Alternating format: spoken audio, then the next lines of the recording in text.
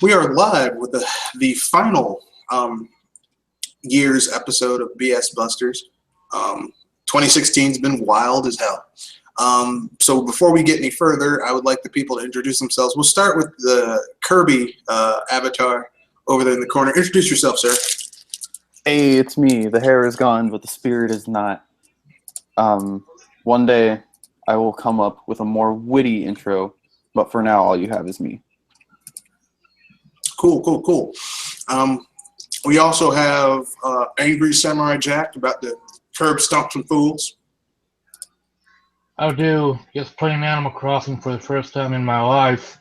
Also, don't forget, John 17, The Return of the Samurai. Oh, no. So, and lastly, we have the man who should need no introduction, but we're going to introduce him anyway. Metroid fan.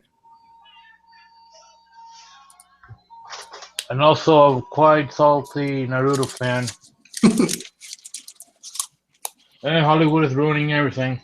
And it's not going to stop. The people stop supporting Hollywood. Oh, man. So apparently he's busy right now. So when he gets back, he can introduce himself. So without much ado, this episode is going to focus on Star Wars. Because, I mean, I don't know about you. I'm a Star Wars fan. Like, huge. I'm not the biggest Star Wars fan. I'm not one of those people who, like, read all the extended universe books and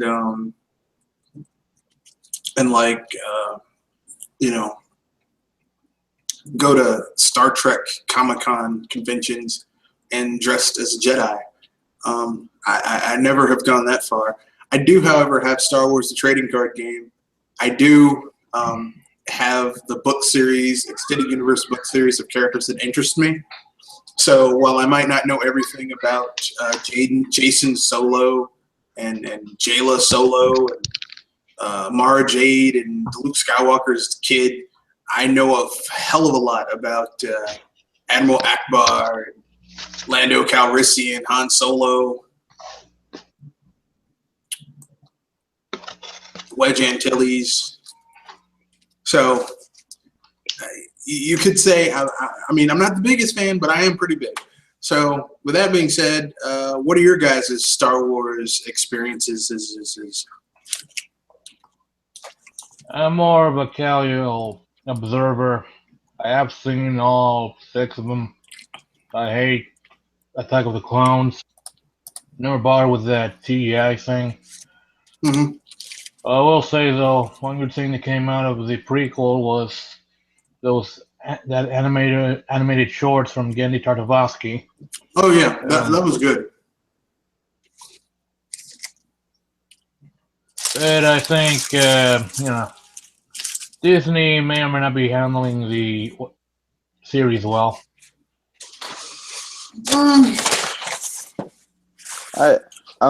I would square that more on J.J. Abrams, because like originally he was going to be like the Lucas of like this new trilogy, but apparently he got a little out of control for Disney, and they kind of pulled him back a little bit. Well, I'm glad he got it. As in he's not directing any other Star Wars movie now. Good.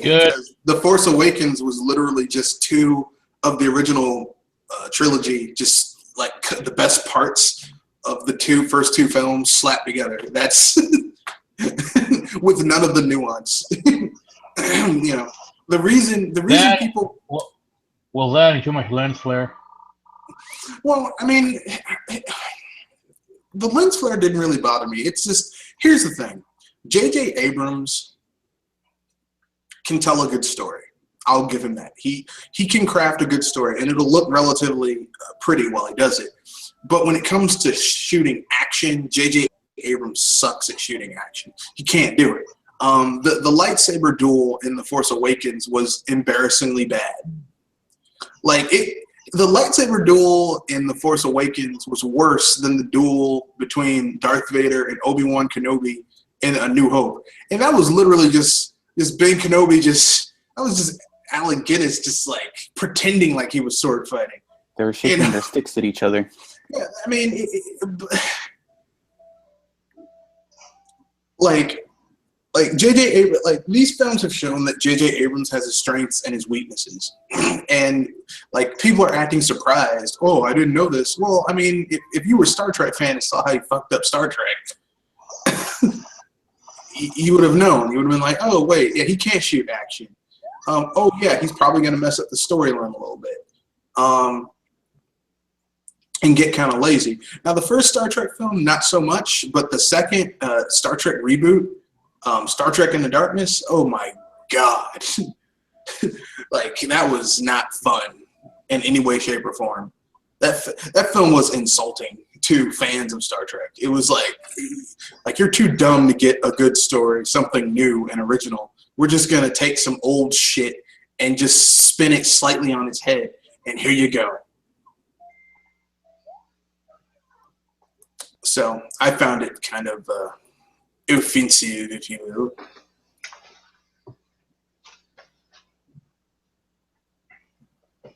So watch movies these days.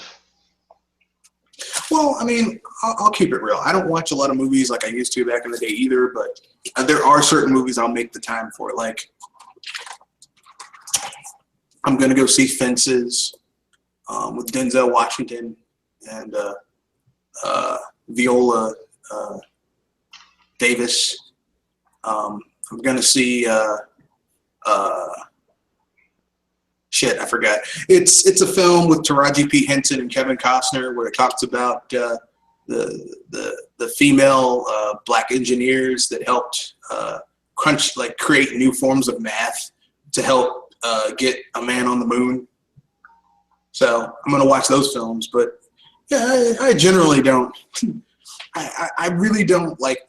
I don't watch a lot of films during the off holiday season, like off the summer season, because a lot of the films that are off the holiday season are Oscar bait movies that are designed to make people like, oh man, this film's is a contender for an Oscar. And most of the time these films are not something that the average film goer would like to see. And this is from someone who reviews films. Critiques films. So, take that as you will.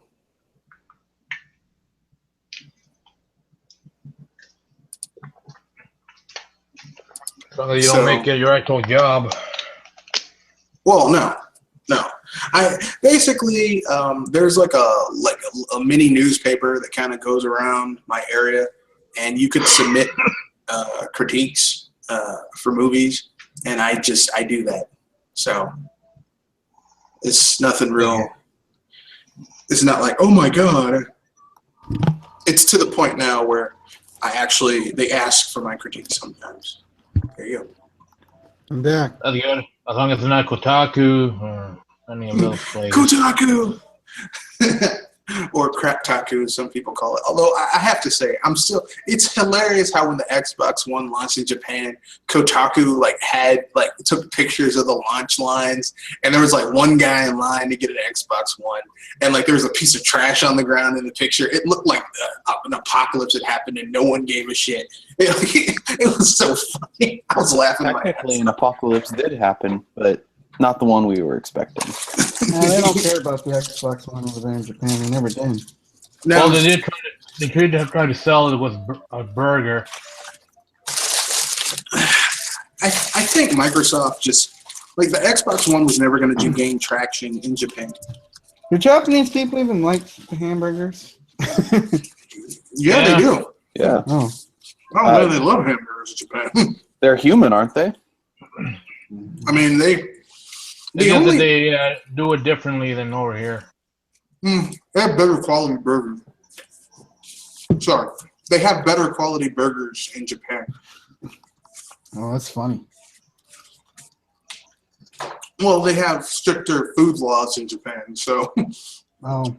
if you have stricter, It's got to be very hard to raise cows in Japan. well, yeah, but I mean, if you have stricter food laws, then you're going to have better food. Because I mean, people are always like, "Oh, we don't need regulation." Look, if you're a consumer, you better hope that shit is regulated. Otherwise, you have the Wild Wild West and people putting sawdust in the hamburger patties to stretch it out. Yeah, Taco Bell. What are you thinking? Oh. They put soy product, which is just a fancy way of saying that, like, they put, like, kind of like if you get soy meatlets for people who don't want to eat meat, but they want the meat-like flavor. There's soy meatlets, which, I mean, here's the thing. I've had vegetarian chili that use soy meatlets. I've had vegetarian tacos that use soy meatlets. It's not that bad if you season it right. I mean, just let me know. Just be like, look, this is a soy taco. Okay, cool. It's a vegetarian taco. I can eat that. So what did you guys talk about the Star Wars stuff? Are we spoiling anything? I mean, it's not. You can't really spoil the movie. The only Star Wars, you know. Look, let me put it this way. I'm not going to go into the plot or anything deep. What I will say is this: the movie is about the spies who got the data to the blockade runner at the start of A New Hope. What the fuck do you think would happen to those people? It's that obvious. And they've got Darth Vader on their ass. I mean, seriously, what? What did you think was going to happen? I'll tell you what. Here, I'll spoil it for you. They get away and they all live happily ever after. They buy a nice condo on Bespin, and they change their identities and they're fine. They live happily ever after. And here I thought you were supposed to bust up some bullshit.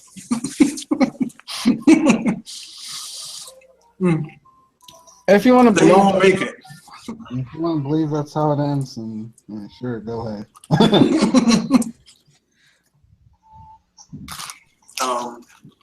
But yeah. This was a risky movie. I'm not gonna lie, it was a risky movie. It's very dark. Yeah, it's very dark for a Star Wars movie. Yeah, that's an interesting choice for a movie that's supposed to be like the first movie in these anthology Star Wars films. Well, you have to remember something. Everyone, like, I just said that it's a dark movie, but Star Wars has never been that. It's never not been dark. Like, you have humor in the typical Star Wars films to kind of lighten it up a little bit. But if you think about some of the fucked up shit going on in Star Wars films, it's really dark. Like, Kirby dark. like in the first film, you've got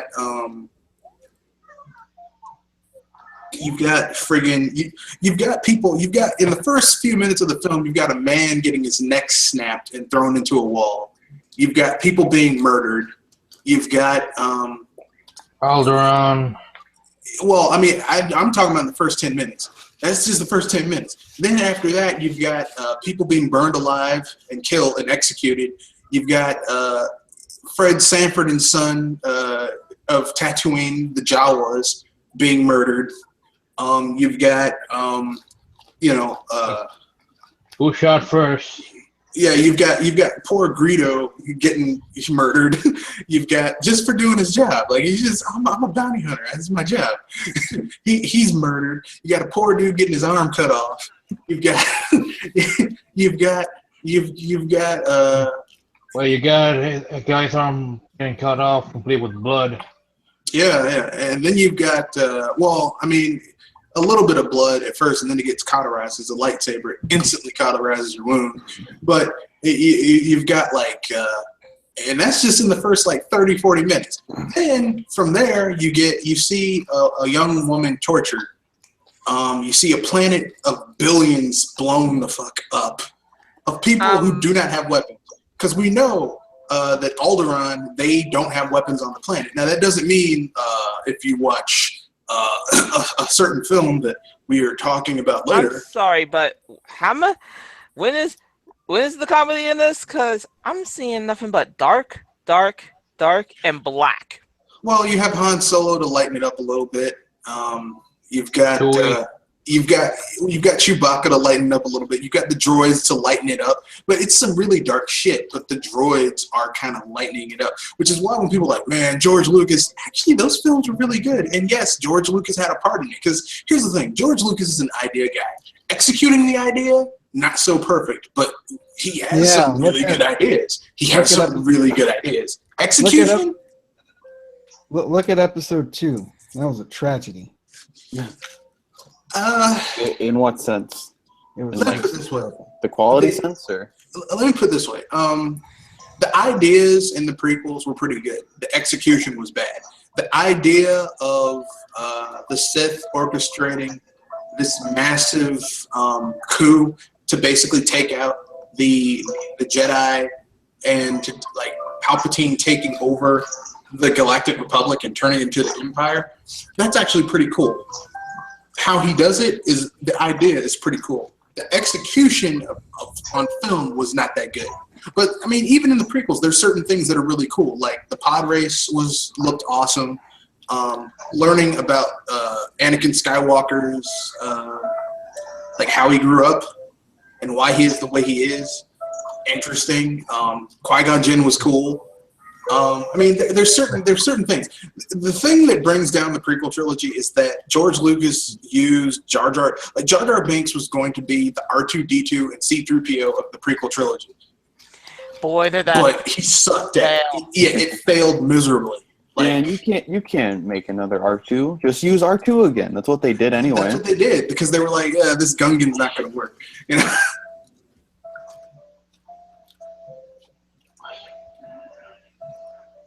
What about the midichlorians? And George Lucas tried to explain everything because, like I said, George Lucas has good ideas. The execution isn't perfect. Oh yeah, that was a good part about the new movie. Is still no sign of midichlorians. Just keep it magic. Well, they just they don't explain it. The Force is an energy field that's everywhere. All living creatures exude it, and Like it's basically like chi. And there's certain places where it's stronger, and other places where it's weaker. And it's kind of like if you play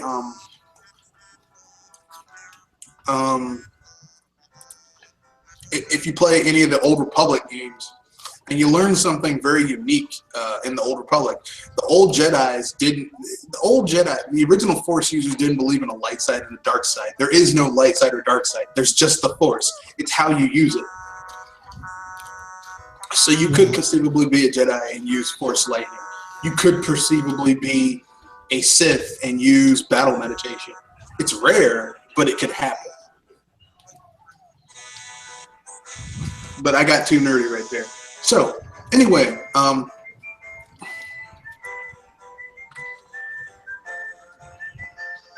who's playing what? someone needs to turn that down a little bit. You're watching a Yeah. cake show. Okay. Better. I was going to be like that dude who ran for president 2 cycles ago. The rate is too damn high. The volume is too damn loud. with the mutton chops. But anyway, so yeah, but Star Wars, I love it. Rogue One is fucking awesome. I might go watch it a third time before I go on vacation because it was I enjoyed it that much. It depends if your cruise doesn't have like a built-in cinema or something. Well, I mean, it's going to have a pool. Might have an arcade room. I know it's going to have gambling. Me, I'm probably just going to watch TV and play on my laptop because I really want to go to. No, I really wanted to go to Universal Studios this year, but I lost out. It's like I really wanted to go, but girlfriend wanted to go on the cruise, so. You'll get your chance at Universal Studios when Super Nintendo World is up. Yeah. No, I just like Universal. Like, as someone who grew up in Florida, like I was born in Florida, grew up there, I prefer Universal Studios over Disney World for most things because Disney World just like, I mean, when I was a little kid, I went on the fun rides. I went on the boats. I went on the train. I went on the trolley. I went on It's a Small World After All. I went to Epcot Center. I went on. Oh yeah, that reminds me. On the Splash Mountain. turning spaceship Earth into the Death Star. I think so. Or either one of those work. Maybe Future World. Maybe Space Rides, Advanced Space Rides, whatever. I mean, I like Disney, but I like Universal better. Just Well, because yeah. I DVR'd this special on your studios about how they make the rides, and I gotta say, people saying Nintendo should have went with Disney, but I think they made a right choice with Universal. They put as much effort into making the world and the rides as Disney, except I don't think they're, as tyrannical as Disney would have been. Well, Disney would have hoarded out their stuff because, like, Disney has a 33% success rate with other people's IPs. Like, they got the Muppets. They haven't done shit with them. They're really viable. No, they tried. They tried. I was about to say that probably explains why some of their animated shows are being burnt. Mm-hmm. Oh, Disney's never been good with TV. No. See, you're too young, Wondering, but when we were kids, we had shows like Tailspin. Tailspin, Darkwing Duck, Gargoyles, DuckTales. And they never really Gummy held on to any of Bears. that. Oh yeah, Gummy Bears jumping here and there and everywhere.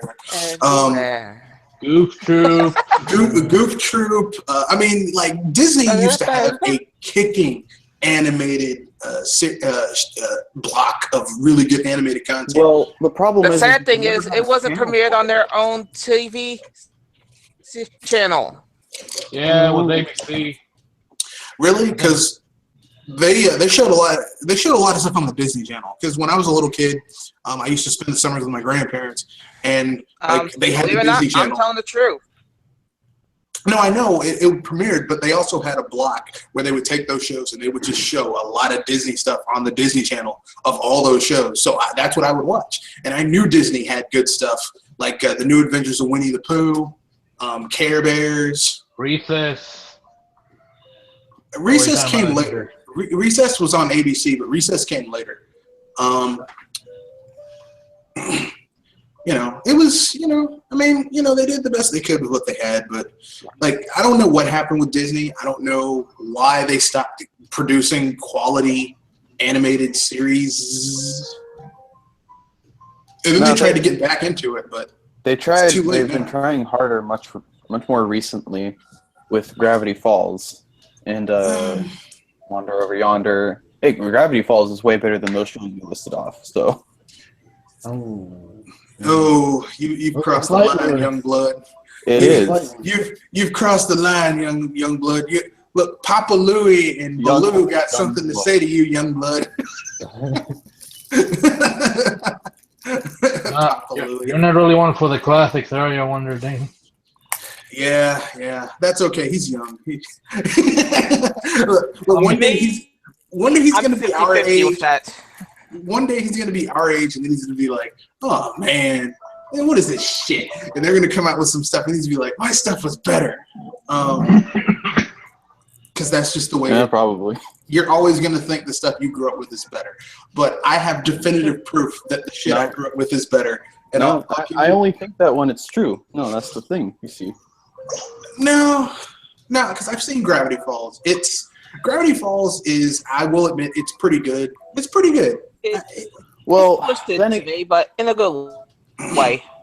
Well, it's pretty good. Then again, I'm mostly joking because that kind of show is fundamentally different than the shows you're talking about. Yeah, anything else, you can't really compare them.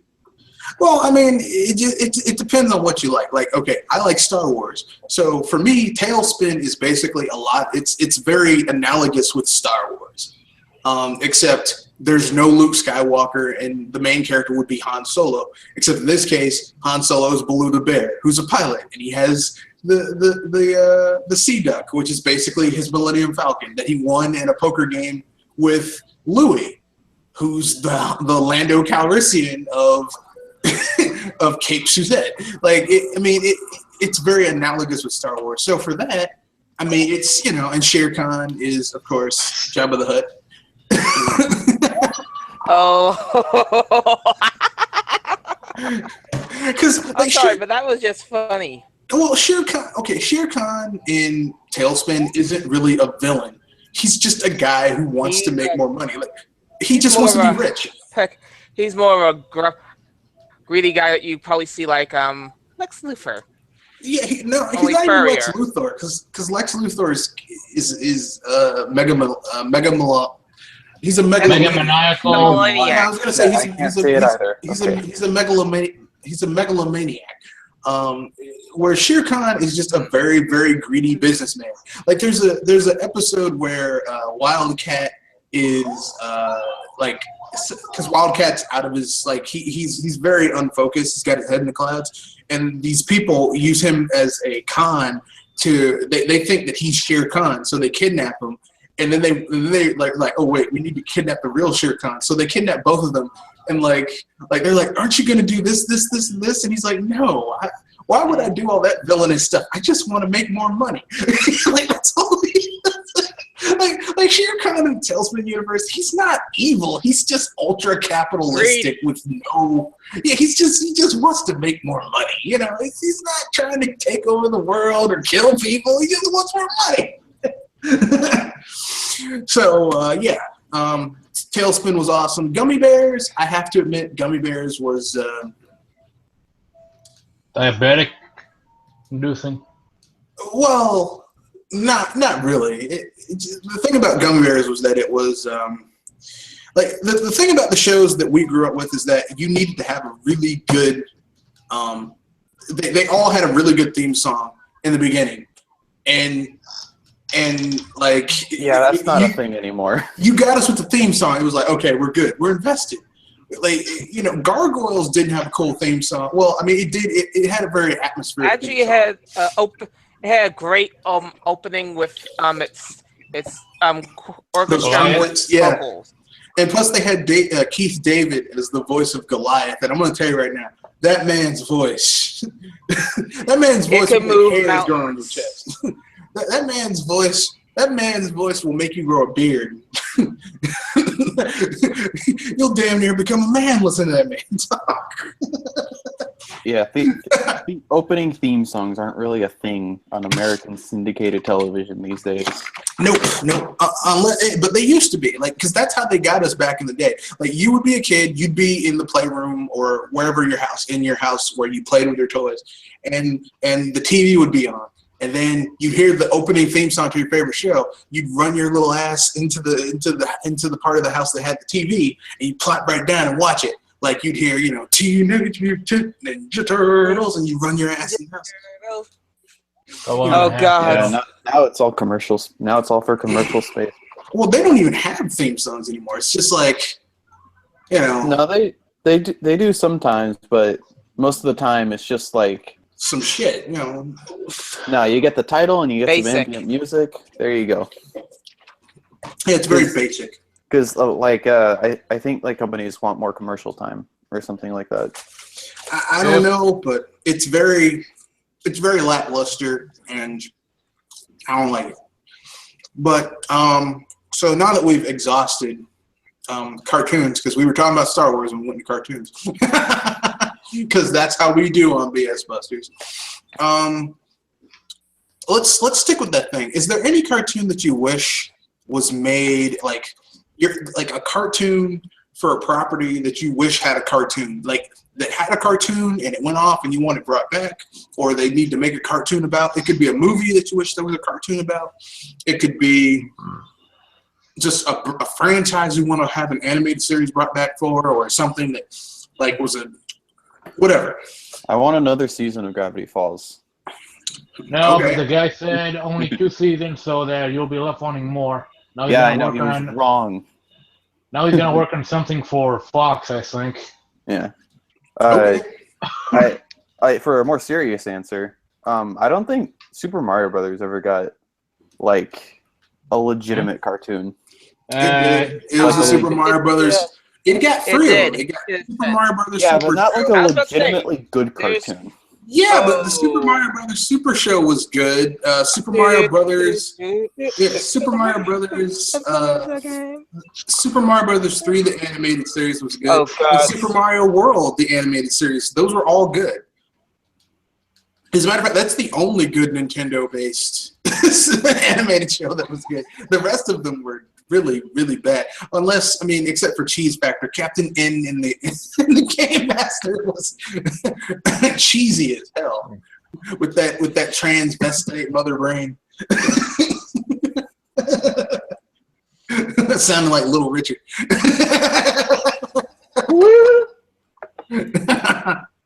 Actually, it didn't sound like Little Richard. It sounded like Audrey too from Little Shop of Horrors.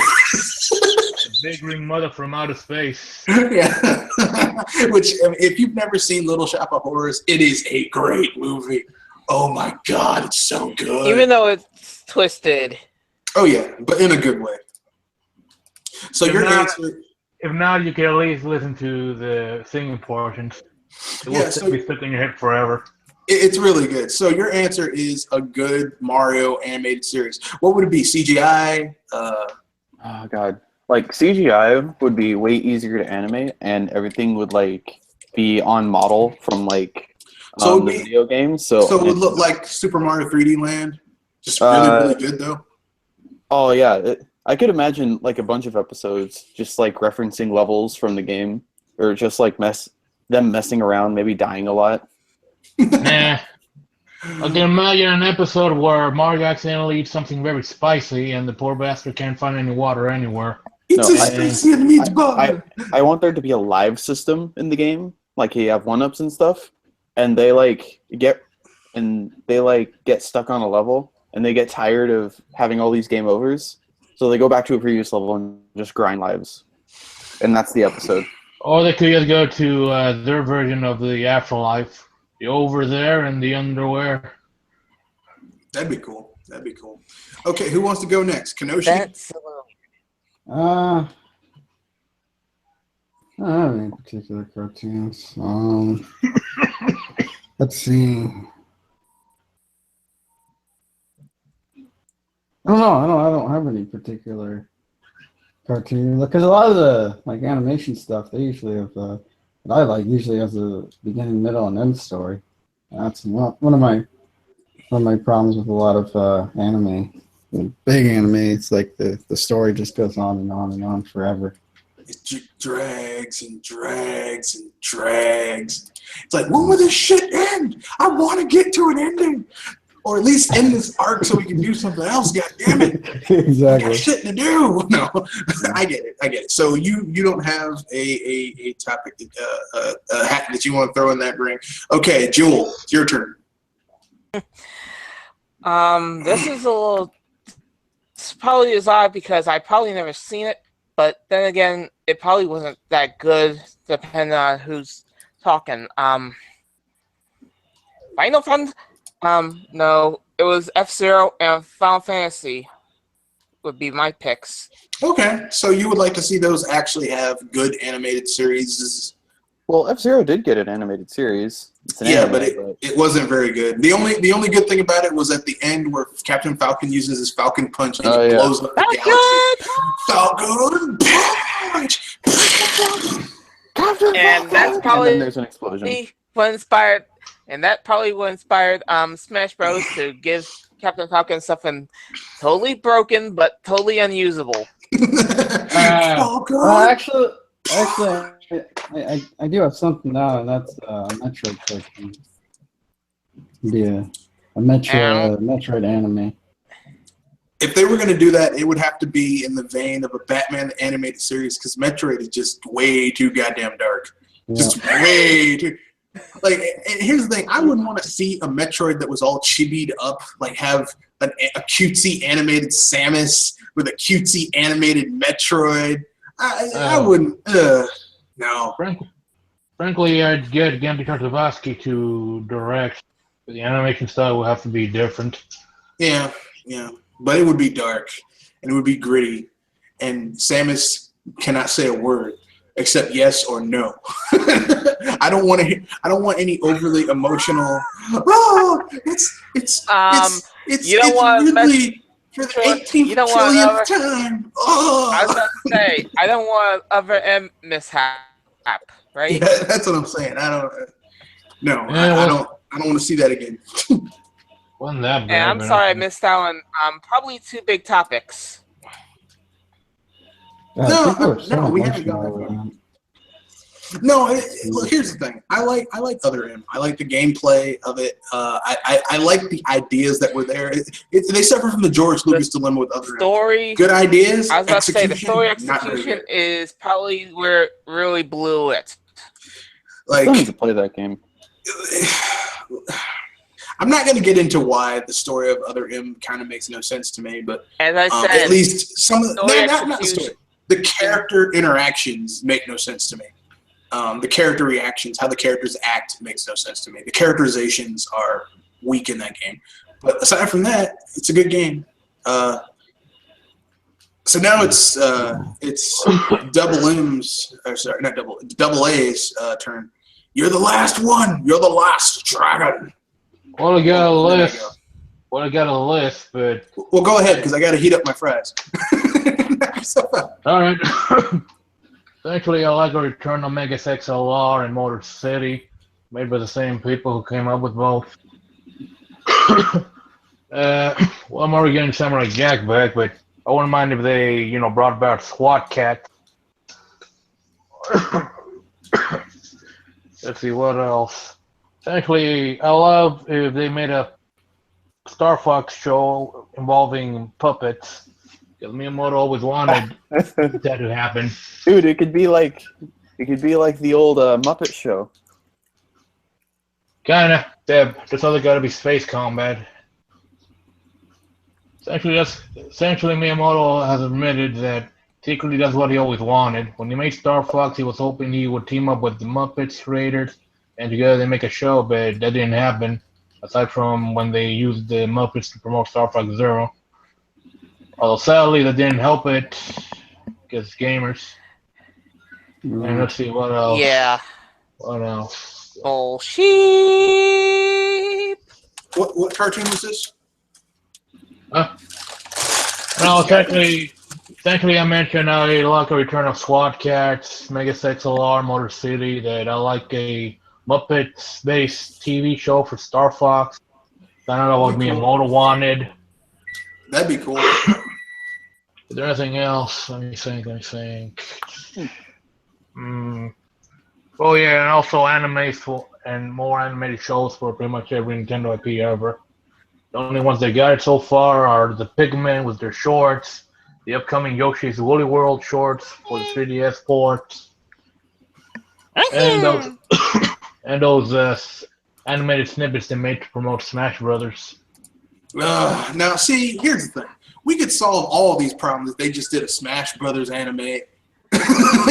we saw all this shit. I like that idea, but I can only imagine how limited they would be with picking what fights to animate, because some fights, well, they get pretty cheesy, while others can be so epic it is awe-dropping. Yeah, I think they could do it relatively easy just by you would have like a core cast of maybe 6 characters, like the core 6 Nintendo characters, and then you'd have a rotating cast of guest characters pop in, and you could make it about the return of Taboo, and the whole thing would just be them fighting to save their various universes from being absorbed again by more powerful revived Taboo, and like them coming to terms with certain things in their own lore, Yeah, I think that, and if they made it in conjunction with the next Smash Brothers game, Nintendo single player mode, That'd be. Well, you gotta tell Sakurai that. But here's the thing: I'm gonna hate you on. I actually enjoy the single player in Brawl. Yeah, that's what I'm saying. Brawl had the best single player that Smash Brothers had. People disrespected it so much that it got taken out on the 4th one, which I consider sad. Yeah. That's why you do not listen to the gamers or your quote-unquote audience. Because the gamers are stupid. Yeah, I know people say Yeah. customers always right, but I just gotta say it. Though I do gotta wonder whose idea was it to put a board game on the console and Smash and a mini Subspace Emissary in the 3DS. That was Sakurai! Sakurai trolling the shit out of the haters. Because Sakurai, I mean, that's the one thing I don't like about Sakurai is that he does have a little bit of prima donna in him. Not to the extent of a Kojima or a Igarashi. Not. Hopefully he'll never get that. Hopefully he'll never get that level up. I mean, Please. as long as he works with Nintendo, because then he's constantly reminded of people who. Well, he has skills. I mean, at the end of the day, I would say that Sakurai has a higher skill level than a Koji. Who's the dude who does who did Dead or Alive and Ninja Gaiden? Igarashi? Yeah. No. Yeah. No, that's not his name. Igarashi is the guy who does Castlevania. No, that way it's Castlevania. Right? Actually, Castlevania. you know what? Let me look it up for you. Yeah, but I mean, Sakurai has a little bit of prima donna in him, but like he's they're like you said, Wonder D. Tomonobu Itagaki. Yes, it's Tomonobu Itagaki. Like he's not prima donna to the point of an Itagaki or a Kojima, but he does have a certain level of, well, fuck you guys. It's like, look, man, I understand that you got your pride hurt, but look, man, I love Smash Brothers, and I've been with you guys since the beginning. People who were fans, like real fans of Smash Brothers, wanted a better single player, because the single player in Smash 4 sucks, both on the handheld version and the console version. It's garbage. Objection! I hate to say this, but for once, I actually would half agree with you. For me, Smith, the single player with the 3DS, I actually could tolerate. Well, yeah, because it was like a mini Subspace Emissary. I think it took a hit because they focused more on the online aspect. No. I think it's partially that, and it's partially Sakurai just fucking with people. Finger. Yeah, it was him. Yeah. It was Sakurai just saying, "Fuck you guys. You're gonna complain. Well, I'll give you something to complain about." And the thing is like I said, Brawl had the best single player that Smash has ever had. Melee was good. Brawl was way better. The Subspace Emissary was a fucking great, because it was basically like a side-scrolling beat 'em up, and it took you through the history of Nintendo. It took you. It showed all the characters. It was fucking great. And here's the irony: the guy who wrote the script for Subspace Emissary is the same guy who did the script for Kingdom Hearts. And I fucking hate Kingdom Hearts, but I love Subspace Emissary. You know why that is? You know why that is? Because I like Nintendo characters over the bullshit that they have in Kingdom Hearts. There's that, but there's also no dialogue. That is true. There is no dialogue. I just had to laugh because seriously, I'm a partial Kingdom Hearts fan, as in I like how it's action and interesting elements to it. But god dang, I will never understand that story as long as I live. But if anything, I'm actually laughing because you of all people like the Subspace Emissary by the person that did Kingdom Hearts, which is a joke to me that is so funny I almost can't help it. It's not that funny. It's just the thing is about Kingdom Hearts is that the story is very convoluted, and like here's the first rule of story writing. Of any story writing. Like if you take a creative writing class, they tell you this. If you have to over-explain things in your story and like make addendums to the story in order to fix how convoluted and messed up your story was garbage to start with. And that's the problem with Kingdom Hearts is that there's all these, well, this happened and this, like basically Kingdom Hearts is a big fucking fanfic for Disney characters featuring Final Fantasy characters. Like, that's what it is. It's like, well, you were fighting Hades and then Sephiroth showed up. It's like, come on, man. I mean, come on. It's serious. Come on. Sit your ass down. Come on. I'll say this. The Subspace Emissary, if you bother to read the context, makes a hell of a lot more sense than Kingdom Hearts. Yes, it does. Which has a few games which initially they said you have to play them to understand what it is, but then later they recon them out, so there was no point to them. And at this point, initially, all you needed to do to understand Kingdom Hearts was play 1 and 2. But then they added all this extra shit. It's like, well, here's what happened before. Here's what happened between this moment and this moment. It's like, man, shit. And Reason then you why can, That actually and then- started with the game right reason why after. I'm glad I only have one handheld for the Kingdom Hearts series, because if anything, retconning like that's Asinine. story killing. Yeah. It is asinine. But anyway, And I have to wonder, do the people at Square Enix have the same fear as the people in Valve? what, they can't count to 3? Kingdom Hearts 1, Kingdom Hearts 2, Kingdom Hearts 2.5, No, they're Kingdom Hearts in-game. 2.8, Yeah. Kingdom Hearts 2.9, Kingdom Hearts 2.92, Kingdom Hearts 2.94, Kingdom 2.9. I'm sorry, that line, that's the funniest line I ever heard. Kingdom Hearts 2.993. Kingdom 2 Hearts. 365 over 2. I'm sorry, but man, fuck Kingdom Hearts. I'm sorry. I mean, that is such bullshit. Just keep on dragging that damn game out like that. I mean, story. If you can't tell your story in a straight line, you need help. Like, It's okay, not even a Need to lay off story. the alcohol. It's not even a it's story. it's just an excuse to have all these characters fight each other. It's just, I'm telling you, it's a fan story for someone who really likes Disney and really likes Final Fantasy characters. Not the cool ones, just Cloud, Strife, and Sephiroth, and maybe occasionally Tifa or Barrett.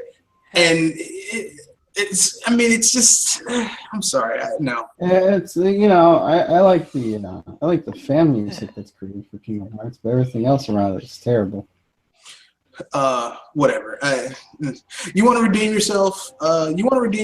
Kingdom Hearts. Kingdom Hearts 3 needs to have 3 environments. I need a Star Wars one, since Disney now owns Star Wars. I need a Tailspin one, not the Jungle That's Book. not gonna happen. Tailspin. That's not gonna happen. Tailspin. It's not going to happen. Well, I know it's not going to happen. That's why I said fuck Kingdom Hearts from the start. And number 3, They would never use TV properties anyway. Darkwing Duck. Why don't they Disney use doesn't TV care about their TV properties. Why would they use that?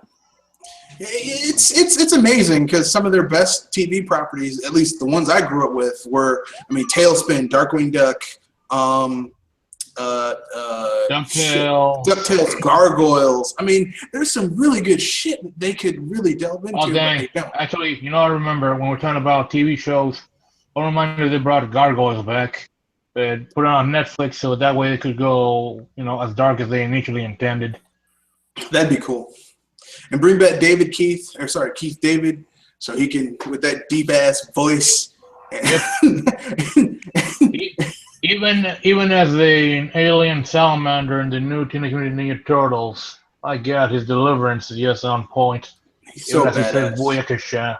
That dude's voice is so badass. I'm sorry, I'm fanboying out about a dude's voice, but it's so badass. Okay. Keith David for talking, Barry White for singing. His singing was Yeah. mostly him talking, but still.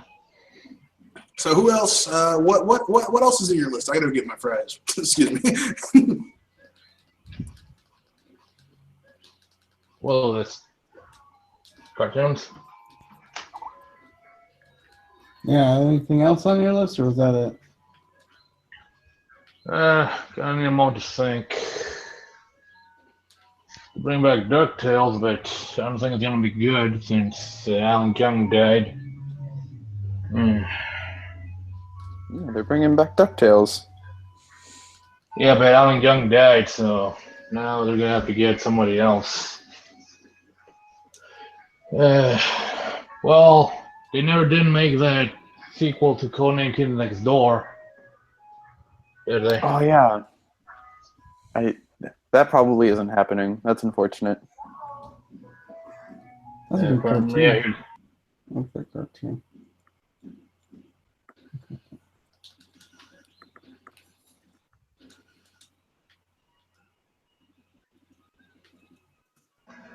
I wish they brought back the critic.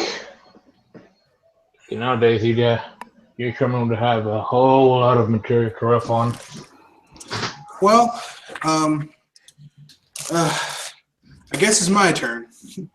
Since I think we finished with Anderson's list. Mine is very simple. There's 3 cartoon properties that I want to see brought back because I like the universes and I think there's more material that can be done. Number 1, Men in Black. It only had 2 seasons. I enjoyed those 2 seasons. I would like to see the shit brought back. Enough said. Yeah, I forgot there was a time when cartoons based on movies could stand on their own. Oh yeah, and to tell you the truth, the animated series for Men in Black is better than the second and third movies. Well, the first movie is really good. The second movie is okay. The third movie, they tried to bring it back. They really tried.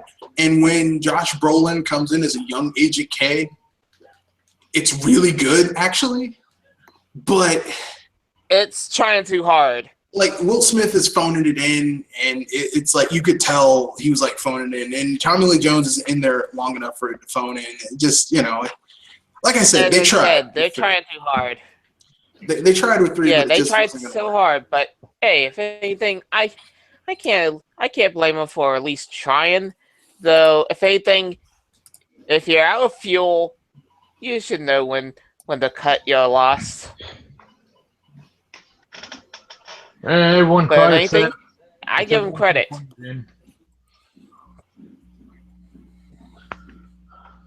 But anyway, the other 2. Oh, the other 2. Ghostbusters. Either like we need a new iteration of Ghostbusters, the animated series, and I don't mean like you can't go back to the real Ghostbusters because the guy who played Egon is dead, and I just kind of it would be too weird. Well, actually, no, you could come back. You could do a continuation of the Extreme Ghostbusters, except it's even further in the future, and the original Ghostbusters have retired, but there's still stuff going on. I think there's still room there. Or they could just adapt the IDW comics. Yeah, they could do that, but I mean, basically what I'm saying is just kind of continue that idea that you had in the Extreme Ghostbusters with basically like a multicultural team, a girl, a black dude, maybe someone who's Hispanic or of Mexican, South American descent, South Central American descent. Maybe have someone who's of Asian descent. Hell, you could even have a bigger team than just 4 Ghostbusters. You could have maybe 5 or 6. I don't know.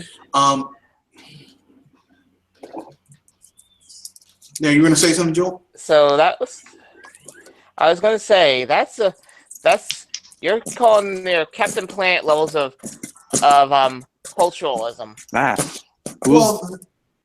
Who's eating next to the mic? What? Who's humping? No, that was me using my squirt bottle. Of ketchup? I said that's close to the Captain Planet levels of cultures. Well, do anything then. I like seeing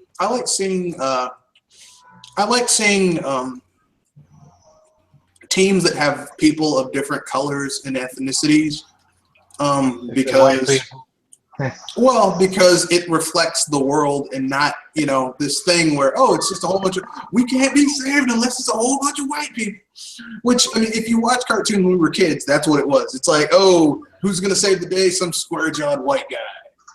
And now it's some white guy with a 5 o'clock shadow who sounds like he's drank way too much whiskey and gargled rocks and smokes way too many cigarettes, which I find to be a little bit offensive.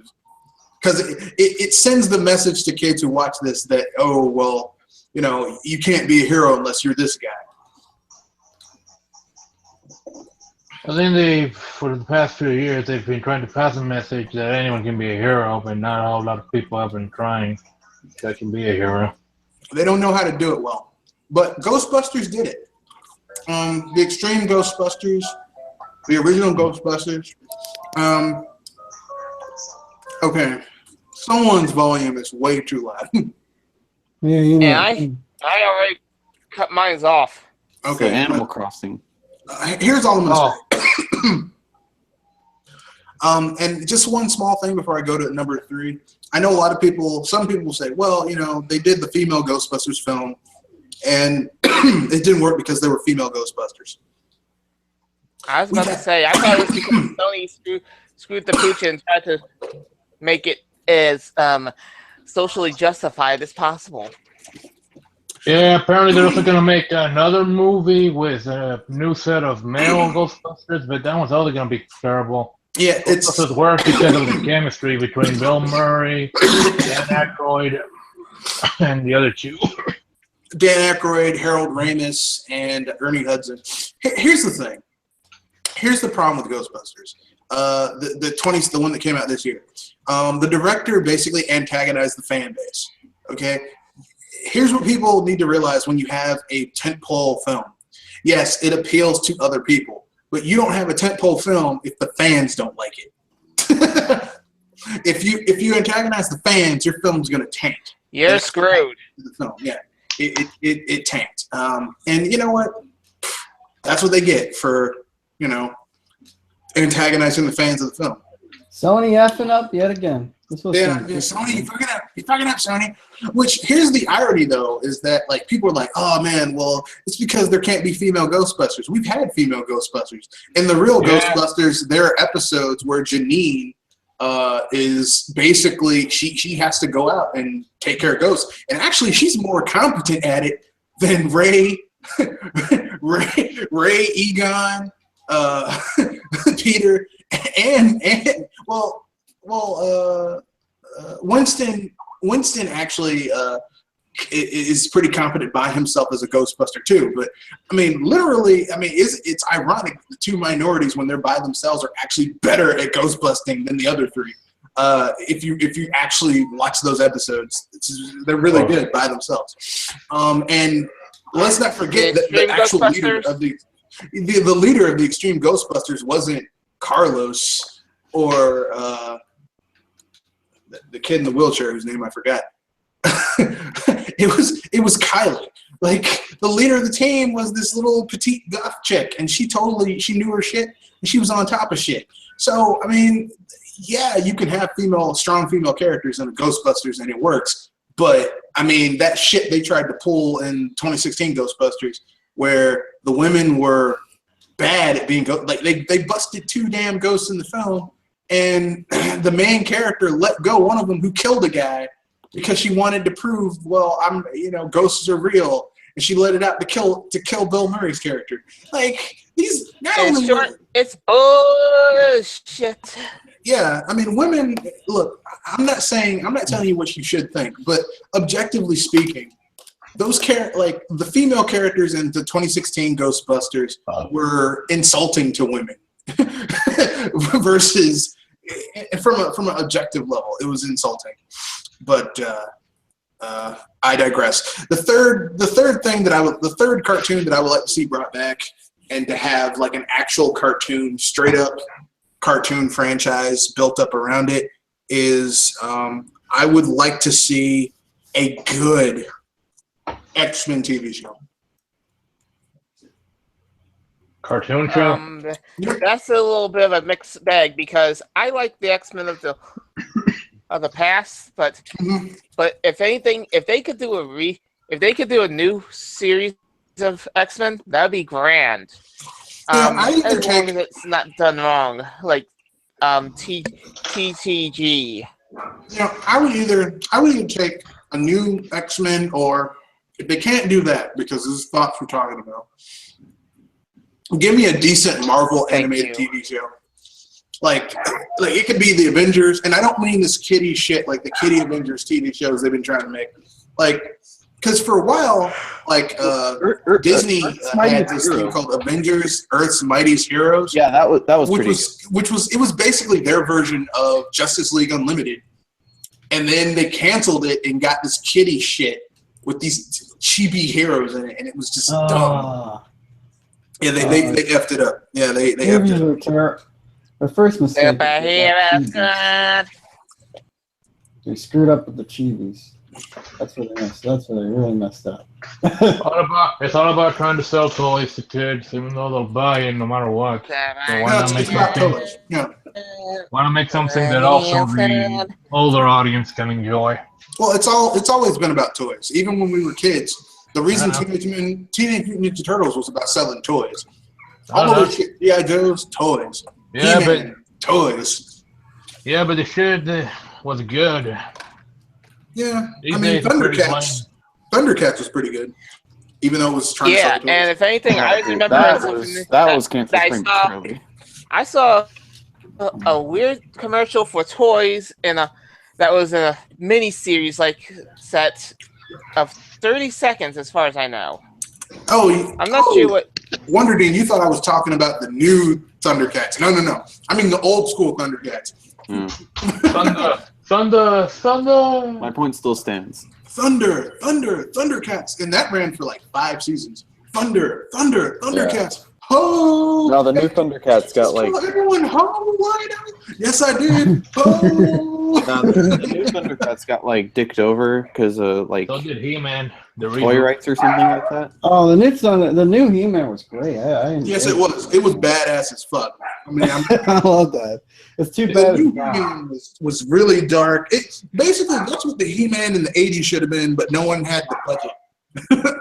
Yeah, how did Skeletor get his skull face? Turns out it was Yeah, burned up in the I acid. saw the He-Man of the '80s. Cause excellent.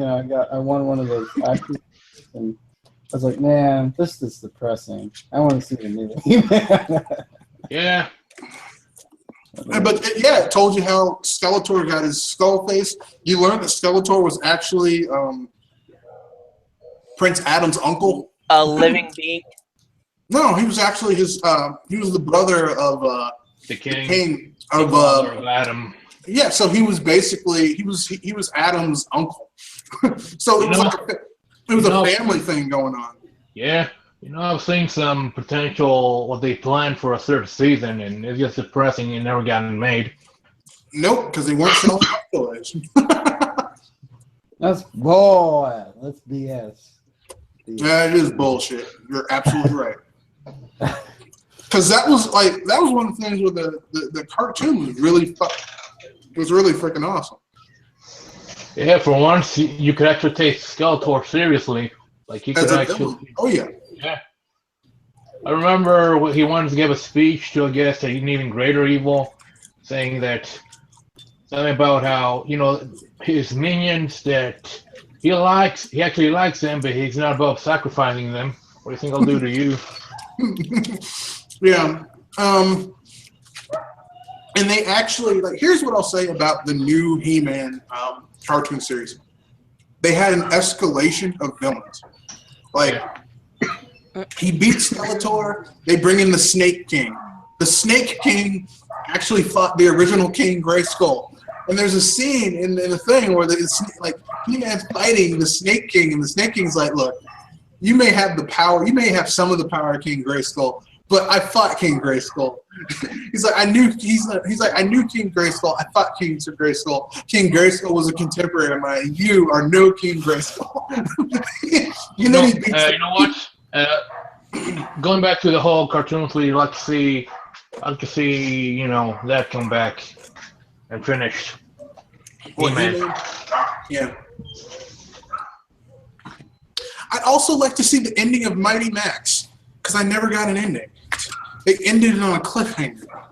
A lot of shows just sort of ended on a cliffhanger, or they just ended.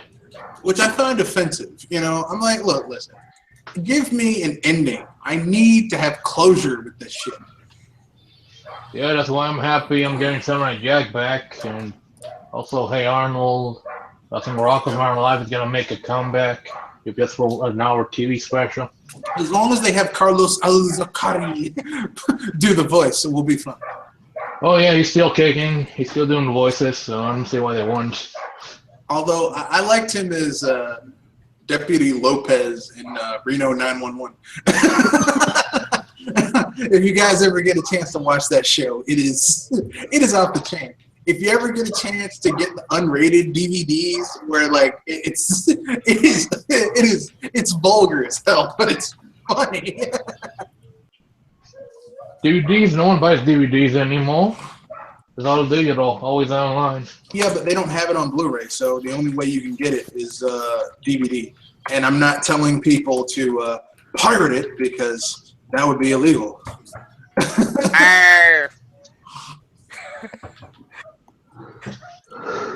Hence why I'm telling people to, hey, if you're gonna get it,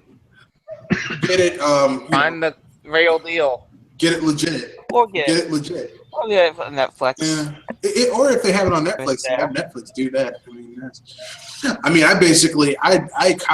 ripped and copied all my Godzilla stuff onto a hard drive so I can watch it whenever I feel like it, and I don't have access to internet because sometimes you're in places where you have your laptop, but you don't have internet, or the internet you have to pay like exorbitant amounts of money for the internet. So this way, $10 for an hour.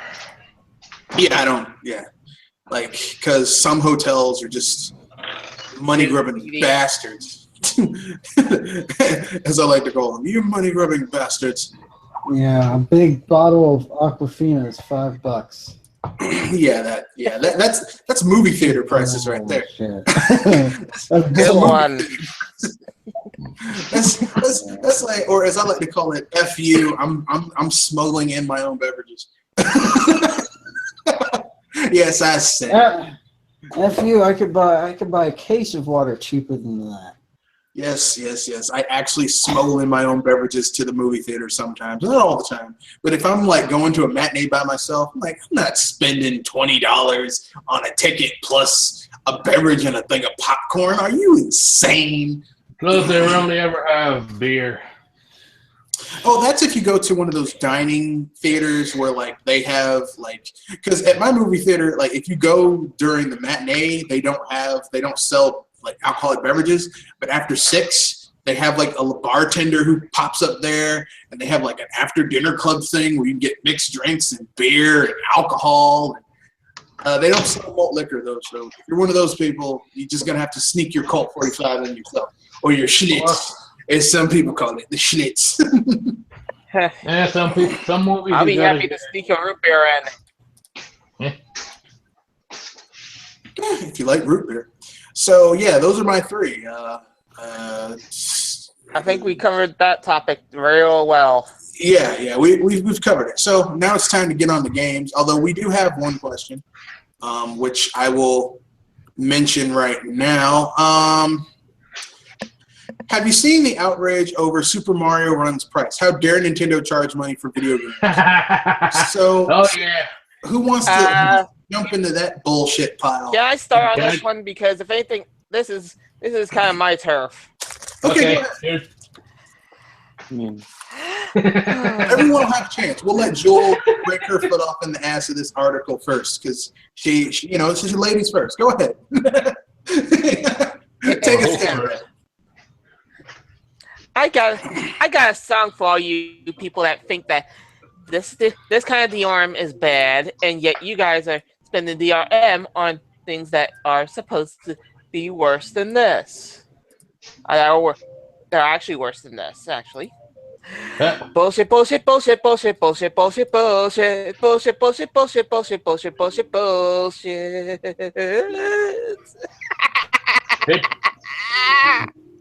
Get today's number one. Man, that is so utter bullshit. It's incredibly stupid. I mean, come on. Nintendo is known for protecting their properties. And you wonder why? Because they value their stuff. They don't want their shit getting hacked. I mean, tell me, do you know what is the worst kind of DRM?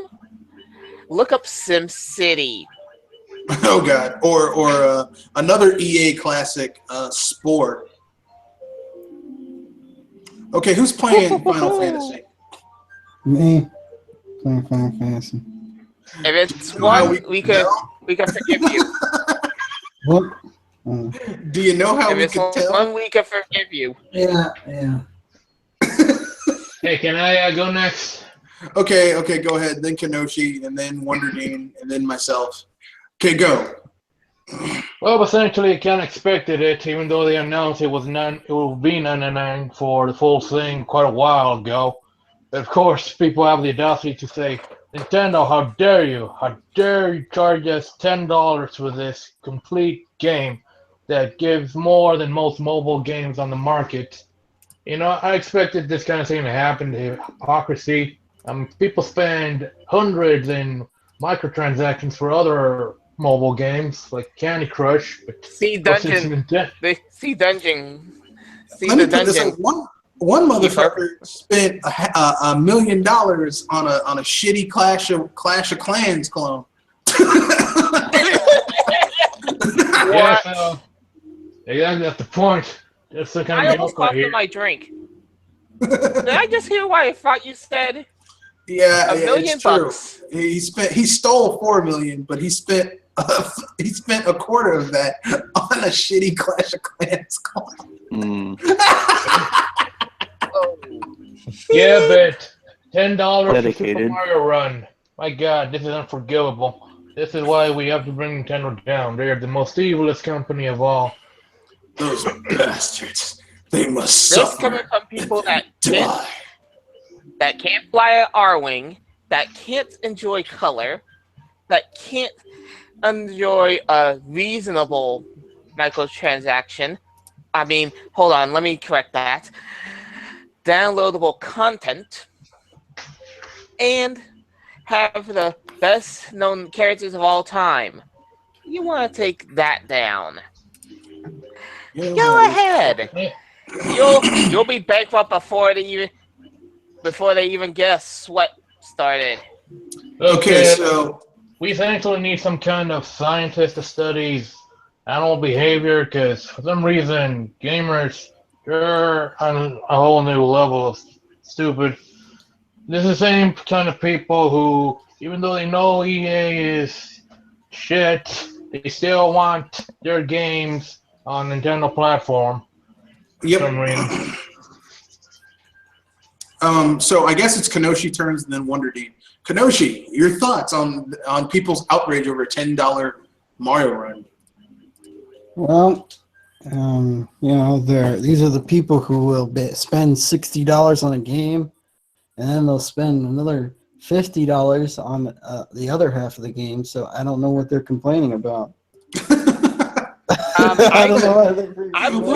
What's the point? I just thought about how the worst annual DLC or payable content you could ever have. EA's quote-unquote trading cards, digital ones. Yeah, that is, or my personal favorite, Bethesda's raising the price of the season pass. It was like $30, and it was $19.99. They raised it to $50. Yeah, but people didn't care. No one said a word. They were like a rat pissing on cotton, which, as we all know, when a rat pees on cotton, it makes no sound. It's quiet. That's Assassin's quiet. That's like a ninja, man. Silent but deadly. Yep. So I guess it's Wonder Dean's turn, and then myself. Wonder Dean, go. Well, like I actually bought it and I have been playing it. I don't actually know if there's enough content to warrant the $10 pricing. Not even the DLC, the free DLC that's coming down the line. Yeah, but that's coming down the line. Also, I don't know if they've actually announced anything that's coming down for sure in the foreseeable future. So as far as I know, there's no actual DLC right now. So you think it should be more like $5 or the median like $7.50? $5 would be a perfect pricing in my opinion. Yeah. Okay. All right. Fair enough. That's your opinion. It being priced at all is just fine because like Nintendo likes releasing full games. Like they didn't make Pokemon Go like that. Niantic actually made that, so they're used to making full games. And then having a set price. Yeah, and they're actually proving that they can do that on iOS, and they're comfortable with that. So, and I'm going to keep it I don't see a problem real. with that. I would rather have it just be a set price for these apps than nickel and dime the shit out of me down the line with microtransactions. Like I'd rather pay a flat rate, even if it's inflated. I'd rather pay $5 or $10 and then I don't have to worry about it, than have someone say, it's free, but wait, you're going to hit a wall and you're going to have to give us 99 cents or $2 or $5 or $10 or $20.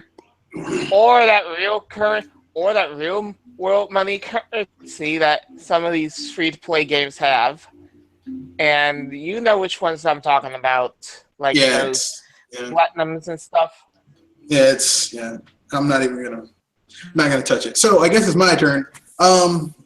Here's what I'll say. It's $10. It's a game.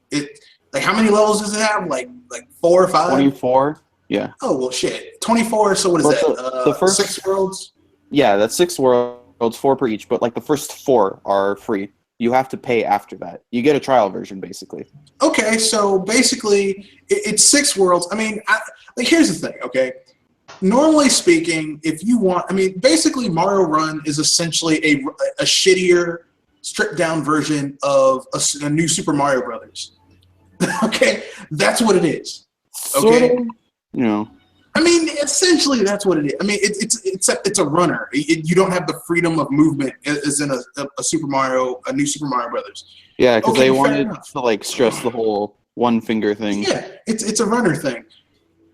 And now I look at what you pay for a retail version of one of those games. They're like cheap on sale. You can get one now for like $19.99. But normally they retail for $34 to $39, depending on how certain people feel about it.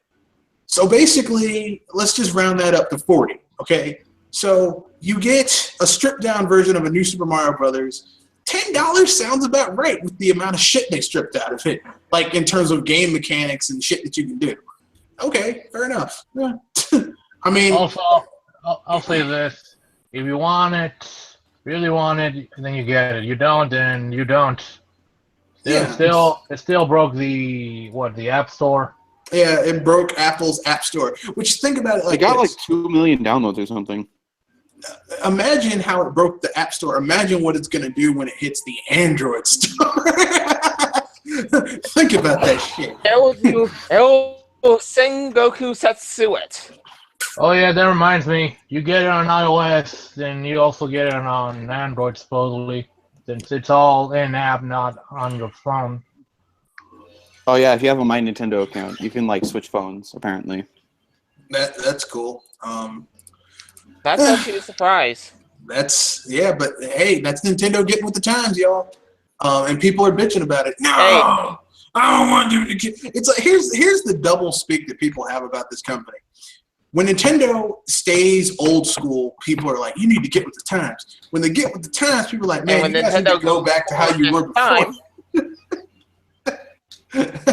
Which proves the adage that I have for all this shit. Nintendo can't win, no matter what. They can't win. If Nintendo were a football team, they could make 18 touchdowns in a row and get the 2-point conversion every time. And the people would still be like, oh, they lost. That game was rigged. Rigged by... I'm sorry. I'm trying to be nice this holiday season. Well, I'm just going to keep Which is hard to do with such stupidity going on. You gotta be nice to the nice, but with the naughty, feel free to piss on them. No, I'm gonna put my bag of coal in the stocking and beat them with it. but essentially speaking, that's all I'm gonna say about Super Mario Run. It's $10. Buy it or don't buy it. If you don't like it, don't buy it. I'm gonna wait until it hits Android. You can taste it before you buy it. So that's some good news. I'm gonna wait until it hits Android, then I'll get it if it looks enticing. It's $10. It's a flat rate. They're not nickel and diming you after the fact. So just for that alone. I like the game just fine, but I hate those ghost houses so much. It's the price you pay, man. It's a ghost house. It's supposed to be. It changes the level of difficulty because you have enemies that can phase through floors and shit. Well, because the thing is, it's a runner, right? You can't control how you move. Yep. And the thing is, the ghost houses are like they are in normal Mario games, so you have to explore. and that can get annoying. Look, man, I've watched some IGN plays videos of people playing it, and I'm watching them play it and just suck at it. And I'm like, the people who are playing this on their phone, I'm like, you don't play a lot of Mario games, do you? It's like, you really don't play a lot of Mario games. Because you can tell when someone does not play Mario games because they don't understand visual cues that tell you where to go and how to jump and stuff like that. Especially New Super Mario Brothers because it added the wall jump mechanic and stuff like that. But so I guess now we'll get into the last topic because I mean we kind of touched upon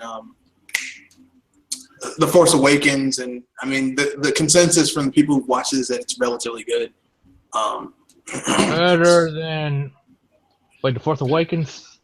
Or Not The Force Awakens, Rogue One. Rogue One, Yeah. sorry. Better than The Force Awakens. That's why I it's came in. Spin-off. What? I think that's where I came in because I heard you guys talking about Star Wars. Yeah, I mean, I think those of us who've seen it say that it's better than The Force Awakens. I like it. I'm not saying it's perfect. I'm just saying that overall it's pretty damn better good. than the first trilogy's number one. No, it's not better than the first because the first trilogy is A New Hope, Empire Strikes Back, Return of the Jedi. I mean, episode 1. You mean the prequels? It's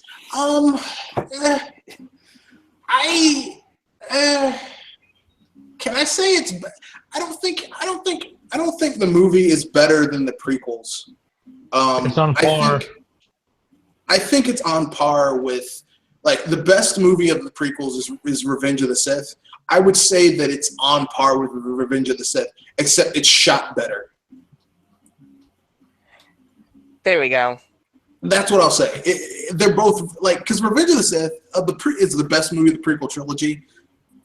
Because it basically is the culmination of all these various things that you saw in the other two films have come together. Rogue One is basically the culmination of all these different plans that you've seen being drawn coming together, which is really fucking cool. But enough about that. We're going to talk about Star Wars games. Who here has played Star Wars games? Name them, enumerate them if you will. Zero. I feel like Star Wars, of course. Okay. Battlefront 2. Ooh, that's a good one. Lot. When I was, a wee lad. How wee? Like Back on- 4 or 5? 6 or 7? I'd say about 9, 10. Oh man, that's a fun. Battlefront 2 is a fun game though. Yeah, it was It's really it was fun. PS2. I played it with my neighbor all the time. It was great. Mm. It's fun. He also had this like what's his name?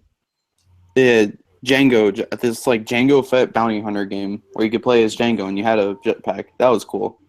That was a fun game too. Yeah.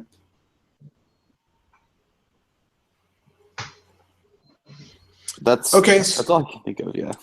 Anyone else? Mostly just Lego Star Wars and about 3 arcade games. Okay. All right. Kanoshi. I played the Star Wars Episode 3 game and Battlefront. Battlefront, yeah. Those are the 2 games I played. Everyone keeps on talking Battlefront. Yeah. that's a good Star Wars game though. So I can't get Except for the third one. I want to hear or play it in. That's good. Okay, that is the Voldemort of that franchise. We shall not mention it. How dare you, sir? How dare you? Good day. I said good day. No, I'm joking. I don't know how we could mention it. There's no voice chat in it. Well, that's only an issue when it's a game about squids shooting paint at each other. It's not an issue when it's EA. What's wrong? They shoot ink. Fool. Ink, paint, same thing. At least in the game. So I guess it's my turn. Basically, the Star Wars games I've played. I played the original Star Wars games on the Atari. I played Star Wars the arcade game where you do the Death Trench run in Vectrex style graphics. And you blow up defense towers on the Death Star and shoot TIE fighters. I played the Star Wars games on the NES, which were damn hard. I played the Super Star Wars trilogy on the SNES. Those games were damn hard, except for Return of the Jedi. That kind of gave you a chance. Wait, is that the one where Darth Vader became a scorpion after he brought his health down? The ones on the NES, yes, those are the ones that he basically became a scorpion. Like those ones make no damn sense. Like Super Star Wars was a much better, a much more faithful. I mean, okay, fine then. In Super Star Wars, in the first one, there's a part where Luke Skywalker has to fight a giant want rat, a giant mutant want rat, and it's like I don't remember this from the movie. Aren't they supposed to be a mere 3 meters? Well, it was a giant mutant want rat. It was a mutant. It was huge. It's like I don't remember that. I don't remember when Luke Skywalker had to climb up the sand crawler and jump inside of the sand crawler and fight like a lava monster.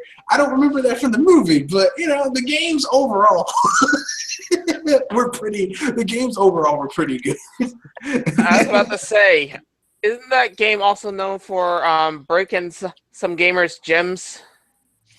No, that's Super Empire Strikes Back. But Super Empire Strikes Back, I don't care what anyone says, is the hardest SNES game I have ever fucking played. It is, like, even with cheats, that game is hard. I've game sharked to that game. Like, I don't know how I beat that game on Jedi difficulty when I was like 10, but I recently went back and tried to play that game. I can't beat it. I can't get past the 3rd level. But with Game Genie, I can get past the 4th level. But without Game Genie, it's oh my god, that game is cheap. Wow. And then Sounds like an advertisement for Game Genie. Well, I mean, yes. It just tells you how hard that game is. It is that game holds you down and curb stomps you in the junk. Let's see. Rogue Squadron, and then during the 5th gen, I played X-Wing versus TIE Fighter, X-Wing versus TIE Fighter 2, TIE Fighter Academy, Star Wars Rebellion, Shadows of the Empire, Star Wars Galaxy, which was an MMO where you could play as like one of 8 classes, and then you could kind of luck up into being a Force user, a Jedi or a Sith. But it's like you had to do a lot of shit to get to that point. So it kind of meant something when you finally became a Force user. And of course, Knights of the Old Republic, Knights of the Old Republic 2, Rogue Squadron 2 on the GameCube, Lego Star Wars, the first trilogy. I never got the individual games. I just got the trilogy when it came out because I was like, I'm not getting these individual games. And I didn't get the second trilogy until they had the complete collection.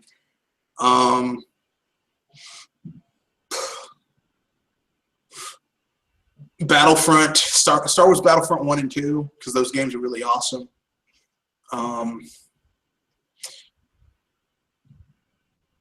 That's it. I did not get Pod Racer because I didn't like Pod Racing.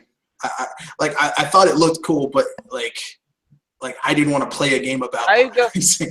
Now this is Pod Racing. Over that game. Yeah, Pod Racing. Like, here's the thing: Pod Racing looks cool, but I didn't want to play a game about Pod Racing. You get what I'm saying? Like the closest I got to Pod Racing is the closest I got to Pod Racing when that game came out, when that movie came out, was that in Star Wars Rogue Squadron 2, there was a level where you could basically do that scene with a pod racer, and once you did it, you could unlock the pod racer it acted like a speeder, like that. That's basically my whatever. I didn't like that game. So, who else has a Star Wars story game based on their game in history? That's it. Those are the Star Wars game I played. Did not play Clone Wars. Did not play Lego Star Wars, the Clone Saga, because I didn't like the clone. I like the Jindy Tartakovsky cartoon, like miniseries. I didn't like the actual Clone Saga series because it's like I don't want to get invested in Anakin Skywalker, the good Anakin Skywalker, because I know where it's going to lead. Just afraid of commitment. No, I mean, like, here's the thing. It's really hard for me to cheer for a character who you know is going to turn out really, really bad for at least 25 years. Just be a total dick.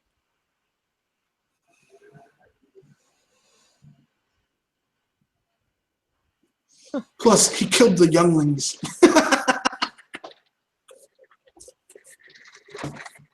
Yeah. But I will say this much. Anakin Skywalker did, in fact, bring balance to the Force. Technically speaking. Just not the way anyone anticipated. What a champ. Well, I mean, look, the prophecy was correct. I mean, like, here's the thing. Darth Vader, technically speaking, if you actually, like, understand the lore of Star Wars, Anakin Skywalker, he still had Jedi powers even after he turned to the dark side, because a lot of the shit that he talks about is like it comes to pass. Like in A New Hope, like this imperial administrator is like, yeah, well, your powers in the Force haven't gotten you to the rebels who stole these plans. And Darth Vader's like, look, this mechanized monstrosity you've built may be powerful, but it pales in significance next to the power of the Force. And, well, technically speaking, Luke Skywalker, an untrained, Force-sensitive individual, uses battle meditation to blow up the first Death Star. So really, yeah, the Force is way more powerful than the Death Star. Which is kind of scary. Well, you know, it's the Force.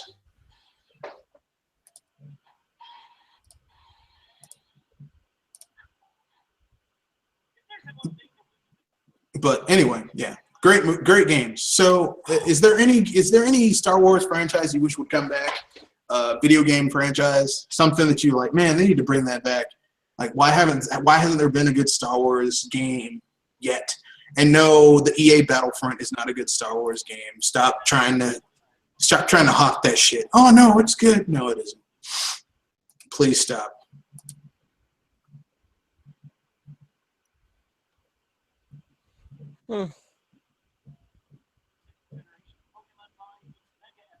I'd wish they bring back Star Wars Battlefront. You mean the old school one? Yeah, a good Star Wars Battlefront. One that isn't made by EA. You like the good one? Yeah, I can understand that. Here's the thing. My only gripe with Battlefront was that the game, like the actual controls, were kind of shitty. Like compared to a modern shooter, they were kind of shitty. But if they made a Battlefront that had that level of customization, and both the single player and the online, and like single player and the multiplayer and the online, that would be an awesome game, an awesome Battlefront, I think. And have vehicles. Please have vehicles. Like if I'm playing as the Empire, yeah, I know I'm a stormtrooper and I can't shoot for shit, but at least let me get an AT-AT or an AT-ST or something. Shit, I mean, damn, there's got to be some bennies to being a stormtrooper. I'm standing right in front of the guy and I'm shooting at him point blank range and I'm still not hitting him. Oh, you must be a stormtrooper. Yeah.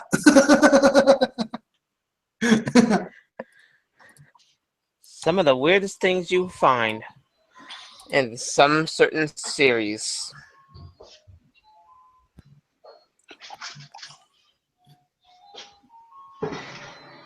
So what I miss? Star Wars. We were just talking about Star Wars games that need to come back.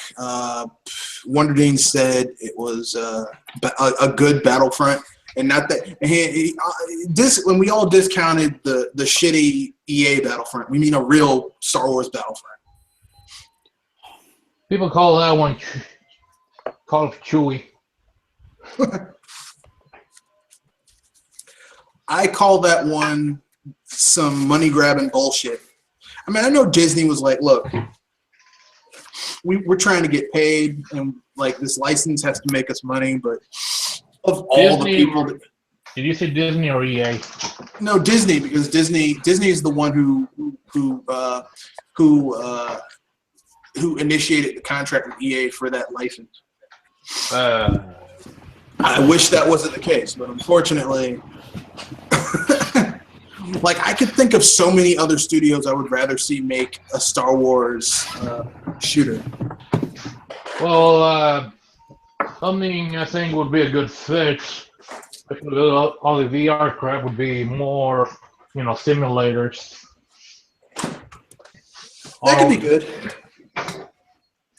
Like a Star Wars flight sim? Yeah, essentially. Or pod racing sim, or pretty much, yeah. If only we could get another Rogue Squadron. That'd be my thing. Just give us another Rogue Squadron. There's more battles you could put into it. Maybe tweak the difficulty, because the problem with Rogue Squadron is that the first third of the game is really good. It's like easy to get into, but once you start going beyond like no medals and bronze medals, the game's difficulty ramps the fuck up. Like to get a gold or platinum medal, it's like you really are a damn Jedi for some of this shit. Even though Disney is one day going to become the real life conglomerate, their motto is going to be, we own you, because they will. It's sad that they can't really do, they don't do any of these things. Will it be that much to make a lot of Star Wars games, quality Star Wars games? Or pretty much do anything with all those IPs they have? Okay.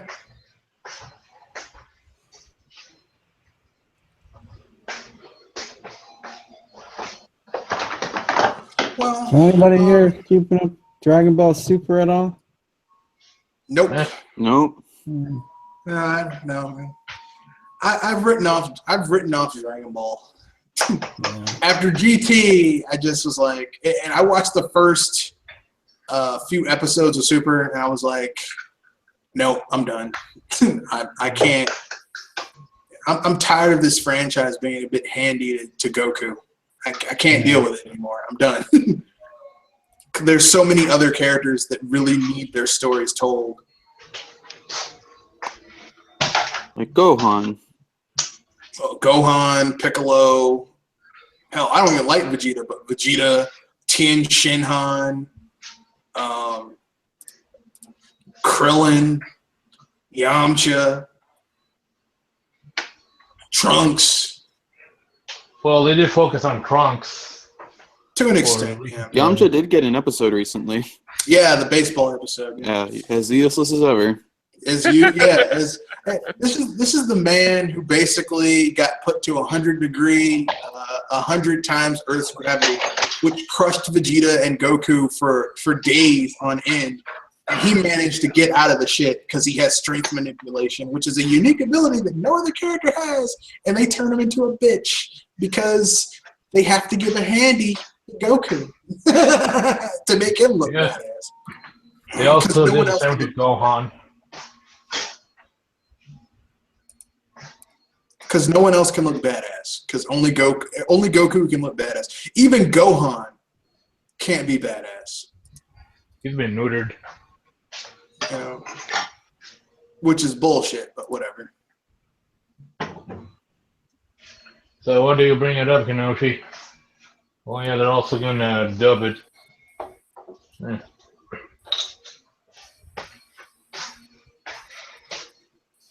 Is he even there?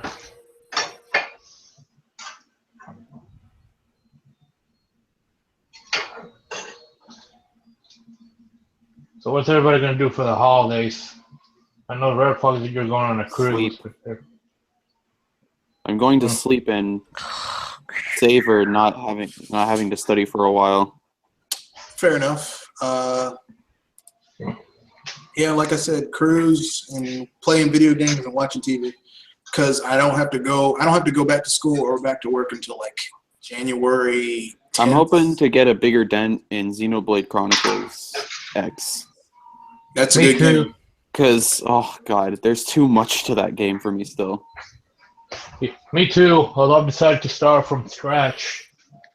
Yeah, I Really, think I might you just have to do erased that. it. You're like, I'm just gonna start from scratch all over again. That's hard to do in a game like Xenoblade Chronicles X. God, my characters feel so weak. Essentially, I like I'm just gonna take a USB drive, take my save file, and put it in that, and just start from scratch. If that's a thing that I can do. Okay, go for it. Seeing as I'm too distracted with other games, mainly Lego City Undercover, That's a damn good game. just open Animal Crossing, New Leaf from Evo Edition. Oh, I'm hoping to get a new computer for Christmas as my big Christmas present. Also, Well, more parts for a computer I want to make. I'll be get it. Also, Chrono Trigger DS, gotta place it with that.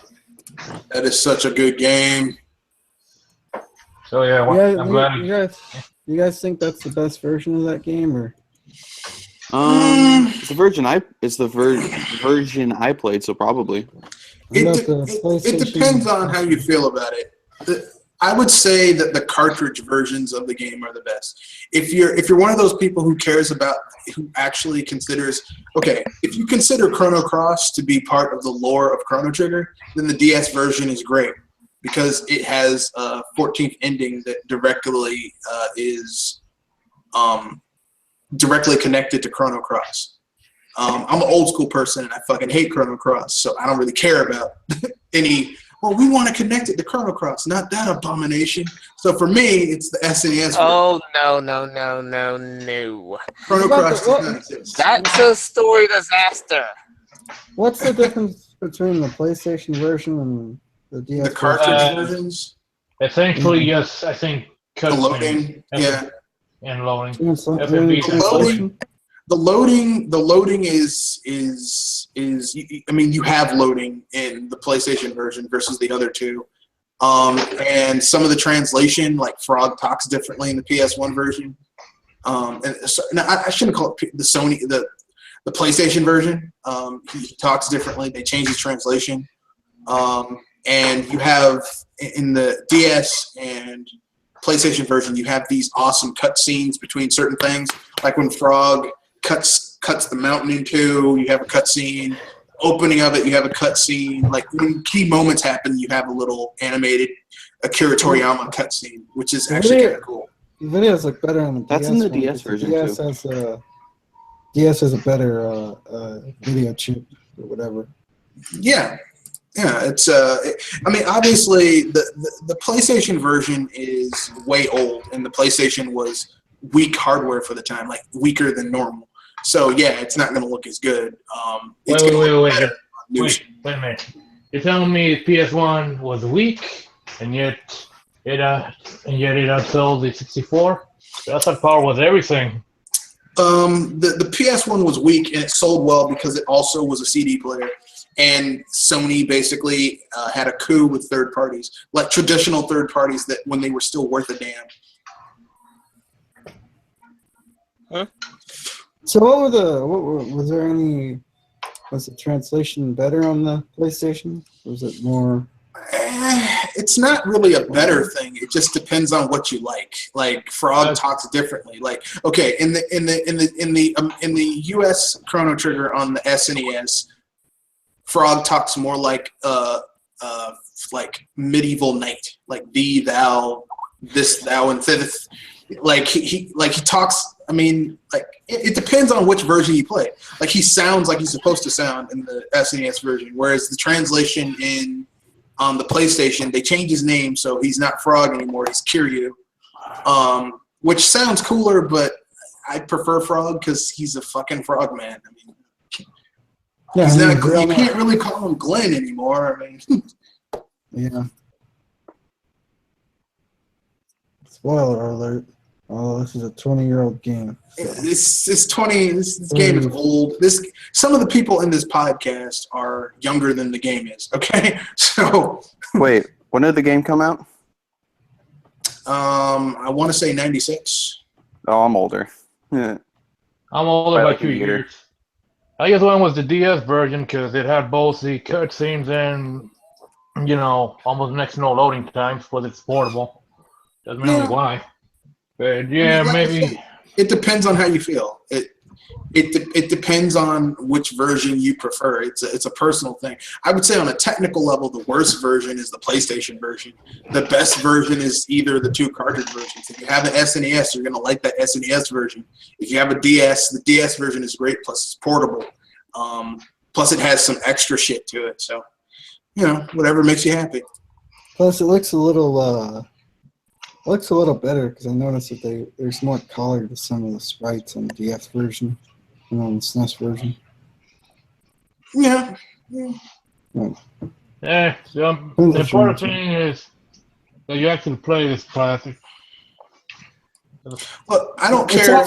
it's also on Android, but you don't want that version.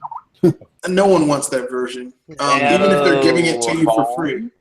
Yeah, there's a lot of free games. Like I got Dragon Quest VIII for free off of Amazon, like the Amazon Electronic Phone Club and like Smartphone Club, and it's like Square Enix whores out their IPs now, like in ways that they used to not do back in the day. It's embarrassing. Oh yeah, that reminds me. Anymore. Apparently, Mega Man 1 through 6 are coming mobile.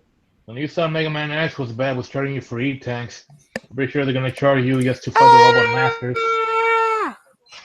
Yeah, I'm done. Wait, Dragon Quest 8 can run on mobile phones? I bet your phone gets really hot. Well, I mean, it's really stripped down. I mean, basically, I think the game it runs worse. Like, there's a lot of games that Square Enix has ported over to the mobile, like Final Fantasy 7, 8, and 9. You can play on mobile if you really want to. Why? I have no fucking idea. I was about to say, and let's not forget their original material for I think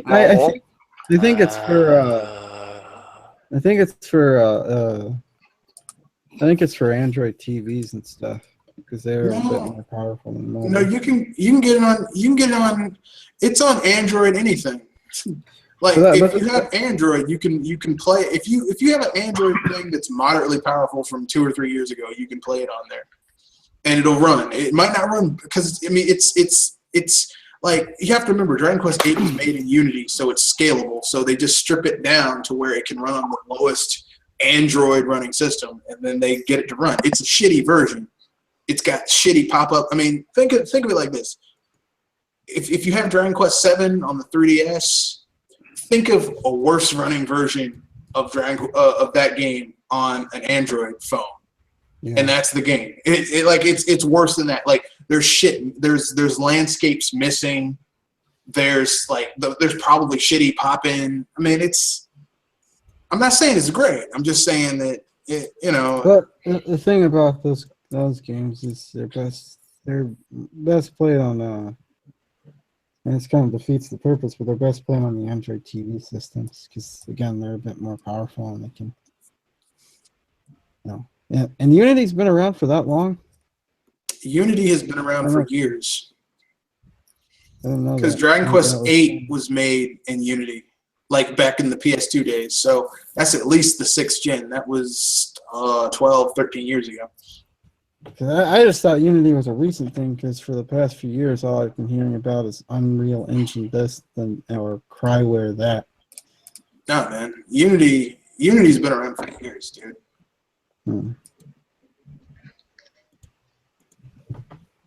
Many, many years. When was it first released?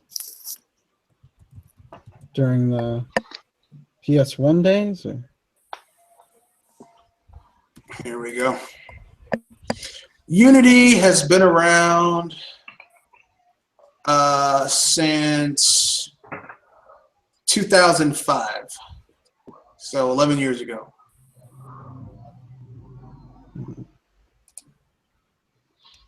So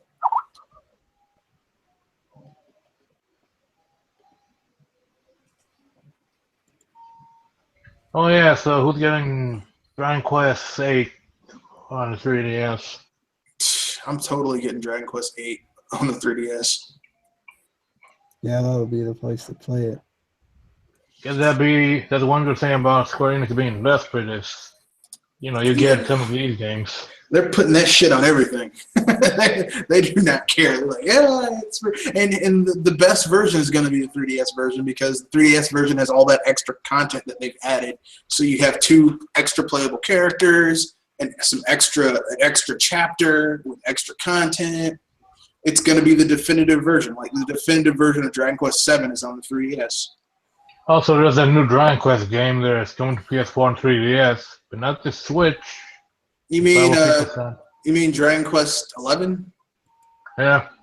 Actually, they just said at the Shonen Jump Festival where they showed it off that it's also being made for the Switch. Yeah, man.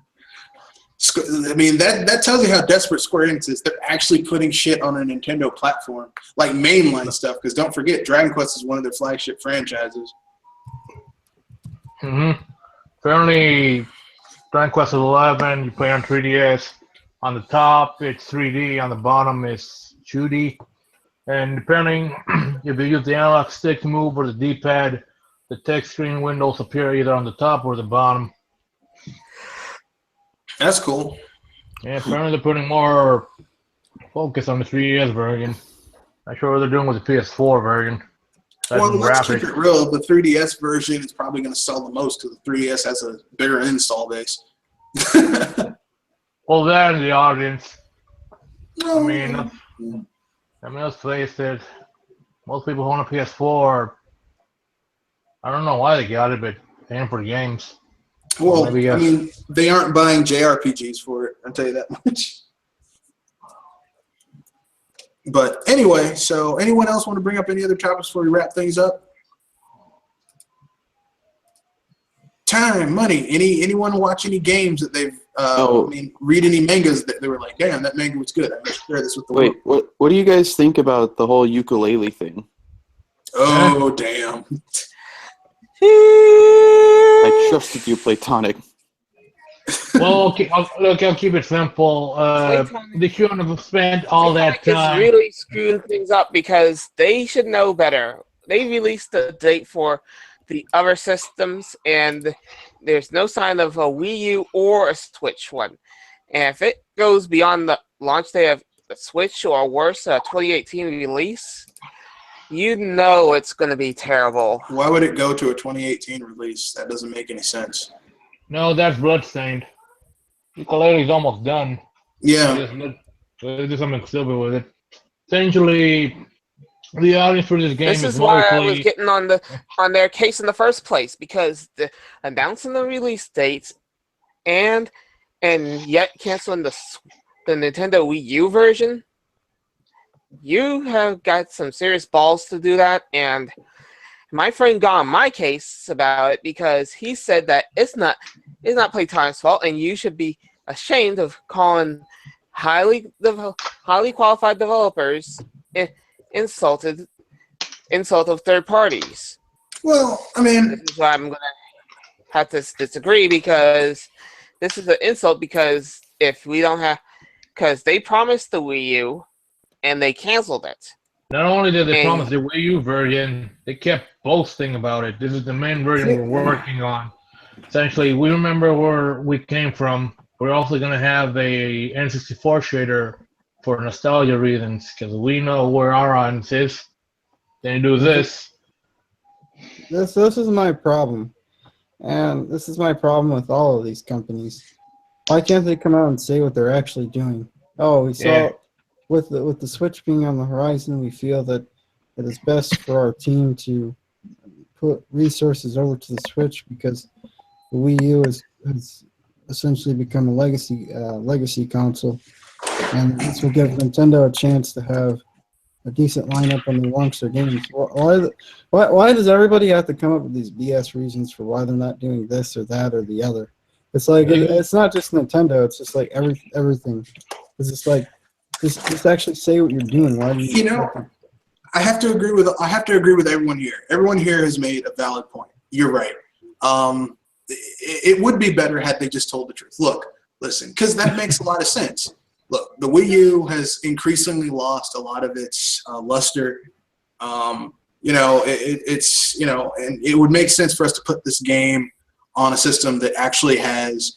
And you have to think look, listen, if the shit can run on, if Ukulele can run on the Wii, it can. On the Wii U, it could probably run on the Switch.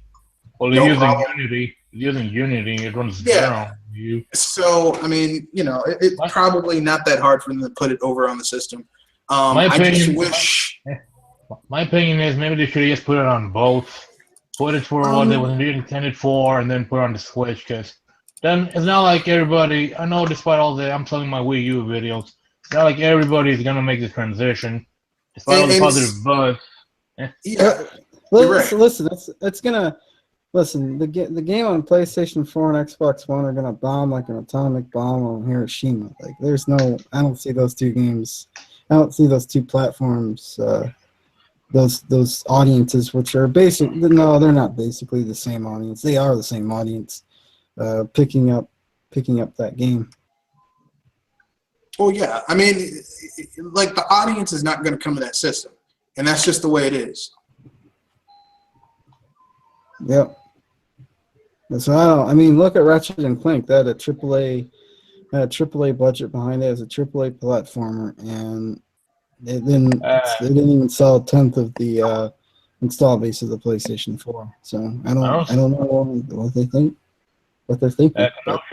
I don't think the Titan game had a budget of AAA numbers. No, it was a double A. It was a double A budget, but okay. Let me put it this way. Ratchet and Clank sold what PlayStation exclusives tend to sell. Here's the thing. Most of the people who say, man, I remember when PlayStation had their own exclusives and they were great. Yeah, a few people enjoyed them. PlayStation exclusives have never sold well on PlayStation platforms. They just don't. Like the highest selling exclusive that PlayStation has, guess what the highest selling exclusive that they've ever had? Uncharted?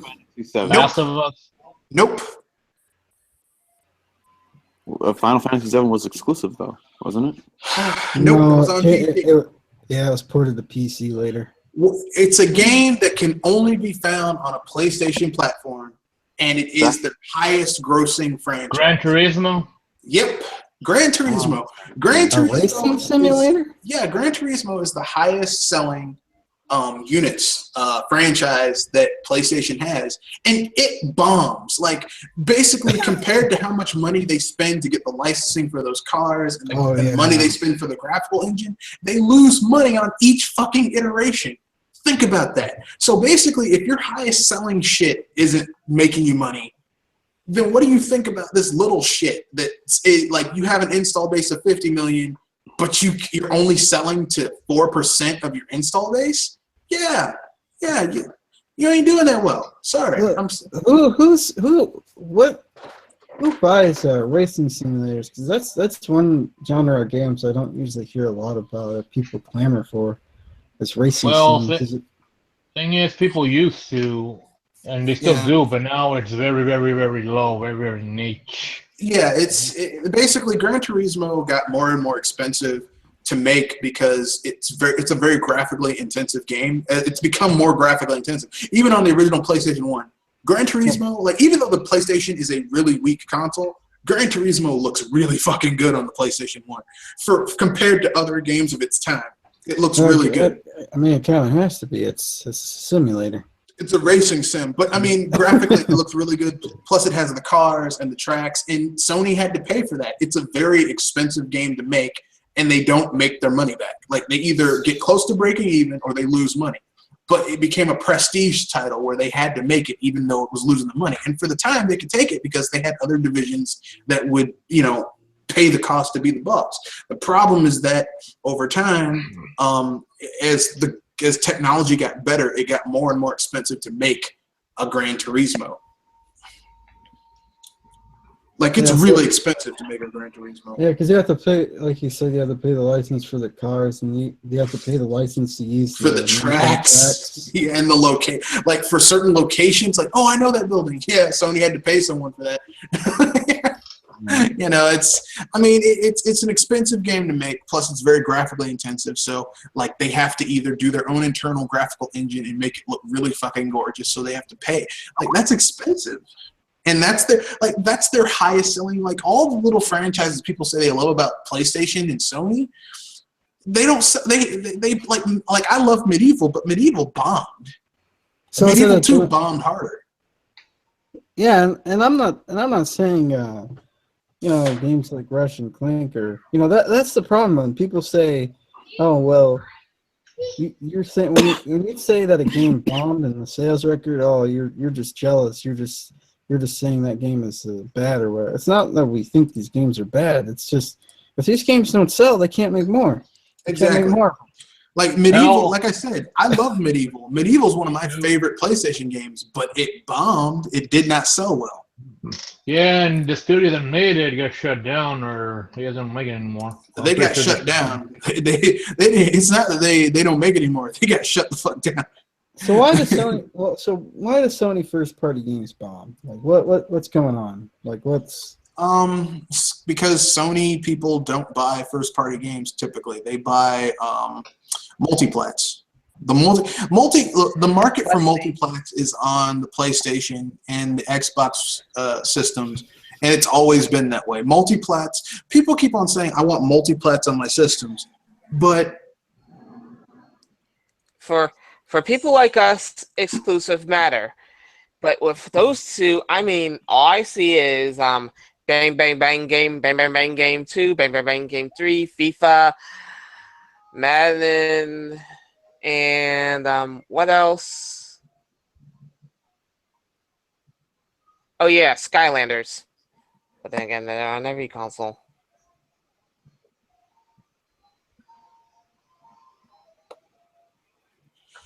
I don't know. I really don't know. I don't know where to go from here. I don't know. I mean, what can you do? You know? Who knows? All I know is a lot of people, a disproportionate amount of people, are clamoring for the Crash Bandicoot remake and Power Up. That looks terrible. The Wipeout Trilogy compilation. Even if the game comes out well, it's not gonna. Sony first party games don't sell well. Yeah, that's probably not going to do well. Has Crash ever sold well? Like even relatively well? Not okay. Compared to its competition, because Crash is not an expensive game to make, or it wasn't back in the day. Because it's a 2.5D platformer with relatively simplistic platforming. It's not expensive. The problem is that compared to the install base, its competition. Like Crash was made as direct competition to Donkey Kong Country on the SNES. Crash Bandicoot sold, I believe it was at the most 1.38 million, the first installment, compared to the first installment of Donkey Kong, which sold 9 million. Well, let's be honest. Like, the only game people care about is Crash Bandicoot 3. They don't care about the other two. Well, yep. I hate to break this to people, but the sales diminished over time with each installment. So it's not like it was selling more with each iteration. People say they love these games, but they ain't buying them. So who the fuck's loving them? Yeah, I don't understand. Like, people have such reverence for PlayStation 1, and if the sales are as bad as they actually are, then I don't. What reverence is there? I mean, it's like they're just making stuff up. Well, essentially, it's mostly because of a lot of talk. I mean, back in the day, you had those ads with trash in front of Nintendo HQ talking shit about. Talking shit. They're afraid of me. Yeah, that's right. That's why you haven't had a game in like 10 years. Well, no, that's not true. 10 years. They haven't had a game in 10 years. Look, I'll be honest. I'll be honest. I do like Crash and Spyro back in the day. I got all 3 of each. Thing is, apparently, I'm in a minority. Most people, they kind of just say they do because it's expected. Yep. And anybody. Anyway, what I was going to say. Forgot what I was going to say. Here's what I'll say. Crash, like, here's the thing. For me, Crash Bandicoot was always like a subpar, shitty platformer because, like, I had an N64. And so, you know, I had rare platformers in Mario 64. Those are superior to anything that you have in a Crash Bandicoot game in terms of platforming. So it's like, why would I go from AAA quality to someone's bullshit half-ass quality of a platformer? Now, if you owned a PlayStation and that's all you had, you thought that was awesome. Yeah, Crash Bandicoot. Yeah, this little fucking marsupial's going around, spinning around, jumping on shit. Yeah, that's great. I will admit some of the humor in Crash Bandicoot is kind of cool, like that mutant Bandicoot that Neo Cortex makes that basically is like Mr. T. That's kind of funny. Thing is, Red, that came way after. I know. I'm just saying I like that character. He's kind What's of funny. the new? Who's making the new Crash game? Is it Naughty Dog or Activision? Activision. Like, is that the actual developer and everything? No, Naughty Dog. Well, Activision owns Crash Bandicoot. Activision owns Spyro the Dragon. The original team isn't even involved with these games. Basically, Sony went to Activision and said, "Look, like these people are saying they want a Crash Bandicoot. You guys own it. We'll give you some money. Make a game." So basically, I bet the people who made Crash Bandicoot aren't even at Naughty Dog anymore. I bet half that team isn't even there anymore. And the people that are there don't want to make they already said they don't want to make any more kiddie games. I mean, they don't. They don't want to make a Crash Bandicoot. They don't want to make a Jack and Daxter. Which is likely going to kill them in the end. Kanoki, I think one of them wasn't him Jason Rubin, creator of Crash, who also ran THQ until it went under because he ran to the ground. He's in charge, and despite saying that seeing the new Crash games is like walking your door, watch porn, he's the guy who sold it in the first place. Yeah, because he like Jason Rubin is an okay developer, but he's not a good business person. This is the guy who said in a gamer roundtable with Jeff Keighley and some other industry insiders that like the system that won the 7th gen was the Xbox 360. The Xbox 360 that had the red ring of death and did not turn a fucking profit throughout 2 gens at that point, which is the 6th gen and the 7th gen. The thing about who wins or who loses a generation for a lot of these people are more emotional than it is logical. Exactly. Well, I mean, even thinking about it emotionally, why would a console that cost its company billions win the generation? Yeah. I mean, that's the thing that got me. I was like, wait a second, the Xbox 360 lost. But then again, this is the same guy who ran THQ into the ground. So obviously he doesn't know shit about business. To answer that question, it's the thing about the 360 and the PlayStation 3 is they represented a kind of industry that Nintendo didn't represent. You know, the media was disgusted by the Wii because it was too childish. They have grown up. They've moved on.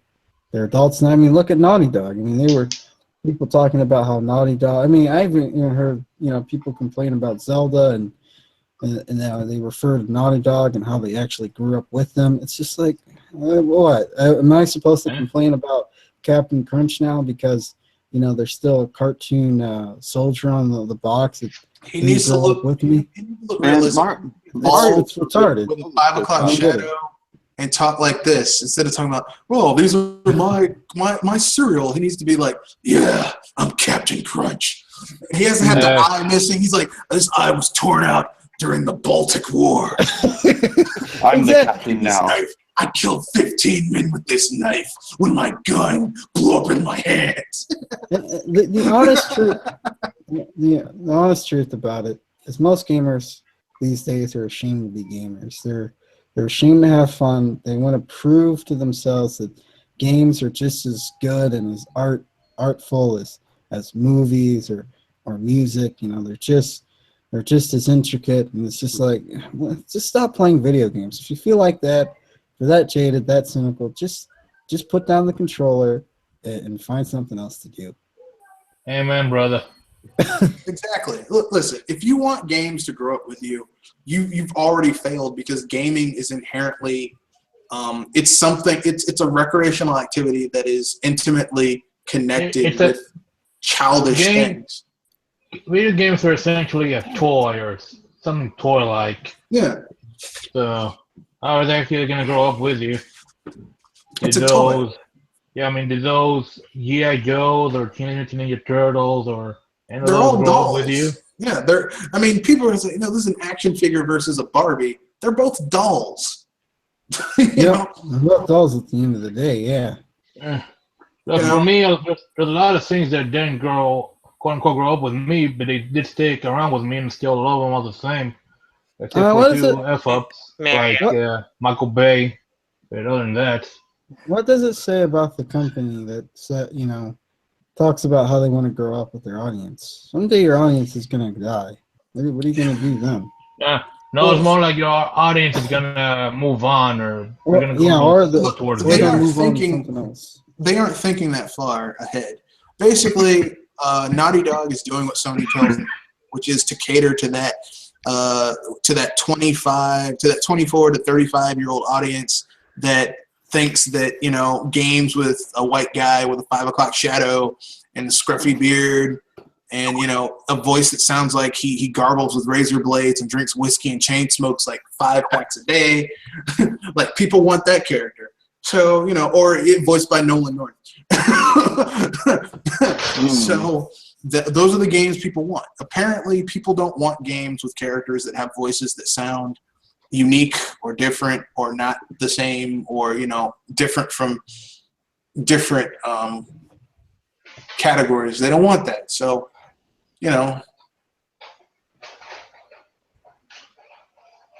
not sure if that's even working out for them.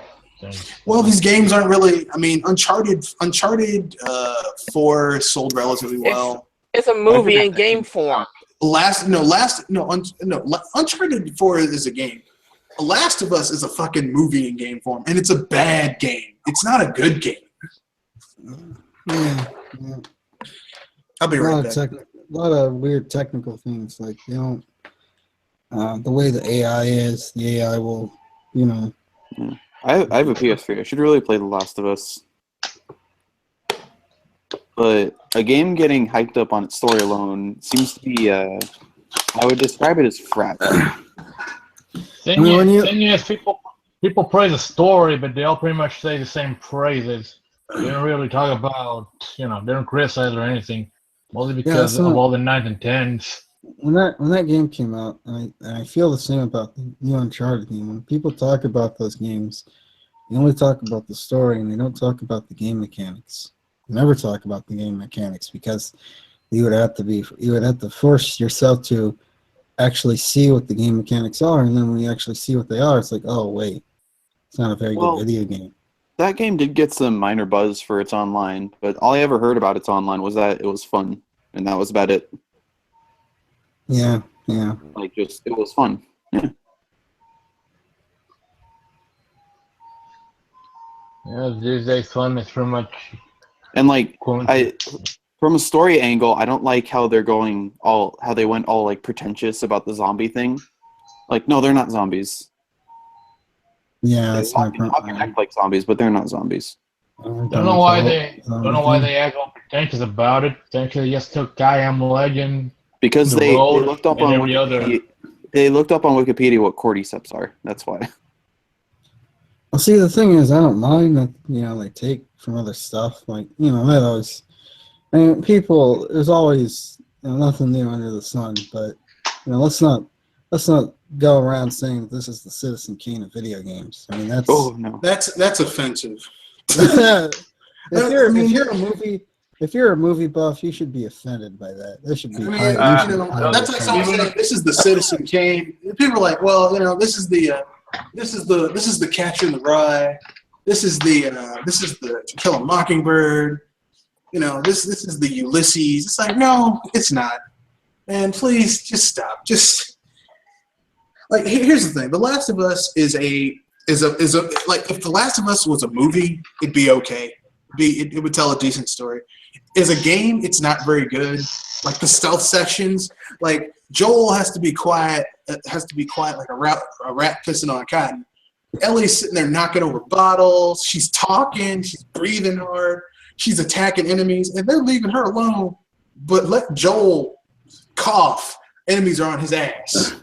Yeah, it's like, I mean, it's they hype up this whole realism thing, and then they do everything they can to break the realism. Like, the thing about games like Uncharted and The Last of Us is that the immersion can easily be broken because it's so focused on realism, unlike a game like Zelda, which is really really cartoony games, and most of them. That, you know, if you have a hitch or, you know, a problem here or there, it's not going to take you out of the immersion as much because they're not they don't look real. Yeah, I don't think. I don't know. I think the closest I've really liked a game for its story, and for the content of its story, and for everything it was trying to tell and everything, it's a Nintendo game of all things. It's Majora's Mask. Yeah, Like that game gets very dark and very almost philosophical. Philosophical isn't the best word for it, but like it gets really intense. I like how it leaves a lot up to interpretation. Like, you know, What, Uncharted? No, Majora's Mask. Majora's Mask. Yeah, Majora's Mask is a very dark game, and it deals with some very strong emotions. But you're right. There's a lot of things that go on to where, okay, if you're into Zelda lore and like understand how these characters interact and stuff, you can see it a certain way. If you're just into the story, you can see it another way. If you just like the visuals, you can see it yet another way. I mean, it's just a very well crafted game. Yeah. But even then, I wouldn't call it a work. I wouldn't call it a work of art. It's a good game, but it's not a work of art. Yeah. Yeah. Thing is, these days you can't really have good games. They have to be, you know, pushing the medium forward, advancing the interaction between player and character, stuff like that. You know, the thing is, I don't mind that The Last of Us or Uncharted exists. I mean, it's a good thing that they exist, but it's just the problem I have is that, you know, these sort of things are held up as the pinnacle of gaming, or this is something that all developers should strive for. Yeah. And, you know, I'm just tired of these things being the only thing that should matter. in video Graphics? games. Yeah. Yeah. And just Look how pretty this game is. It's so gorgeous. I mean, we're 100 years away before we ever get graphics that look like the first World of Warcraft CGI movie. Yeah.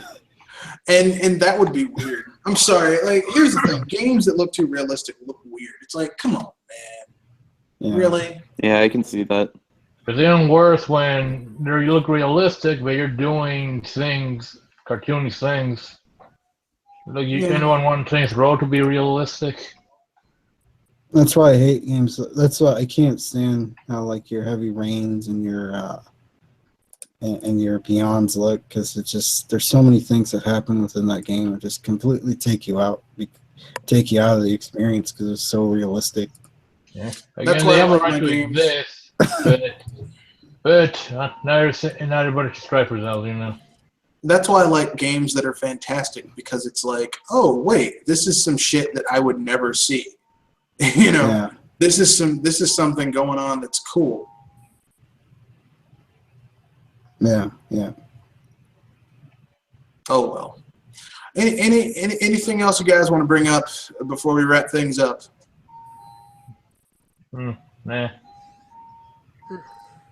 Oh yeah, I bet all those people who played, who clamor for, all the Sony exclusives, or people who just played them on emulators or something, because every Walmart PC could possibly run a PlayStation emulator.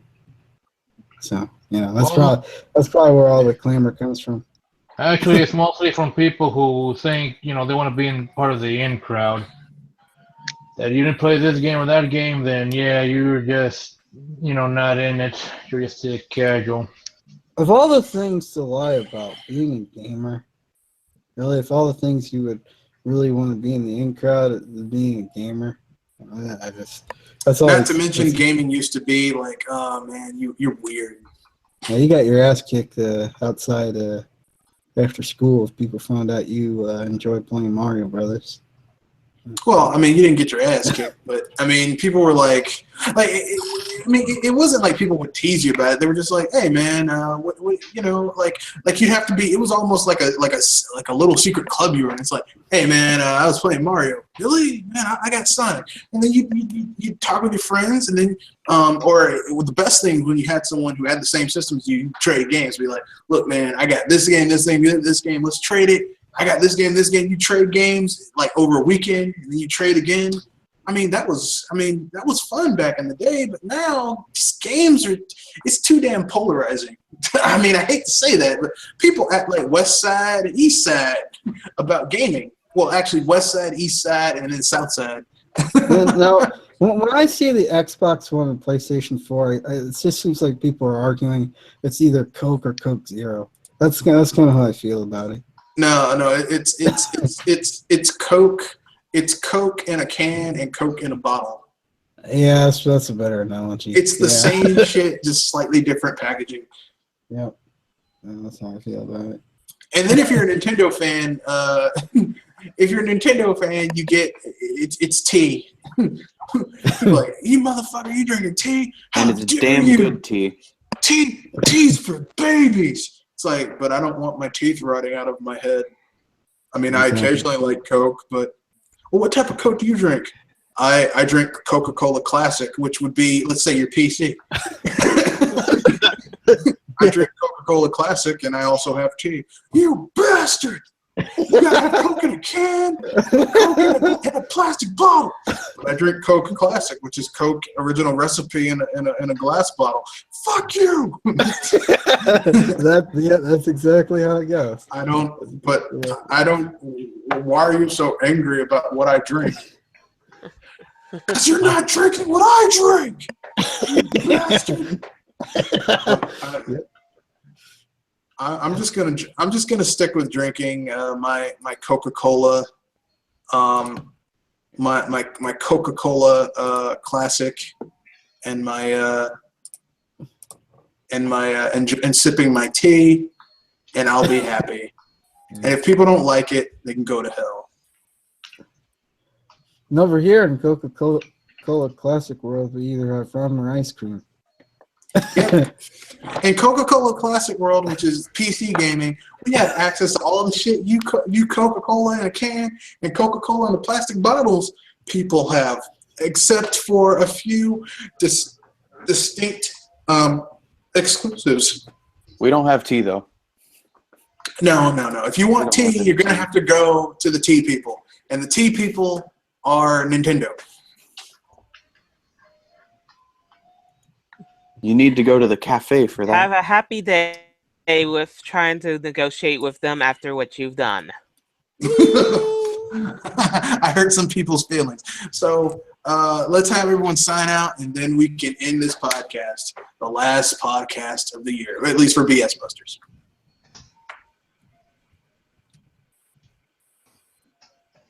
Who goes first? No one wants to sign out. Just jump in, man. Who wants?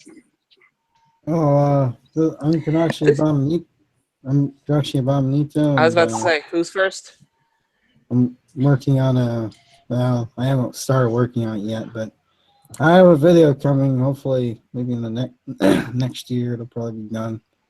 So whenever I stop being lazy, I'm gonna start it.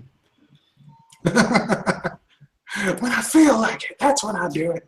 It's gonna be called Azkaban's Armchair, Locked from the Inside. It's not about gaming. It's the feeling of something else, and you'll find out once I put it up. Okay.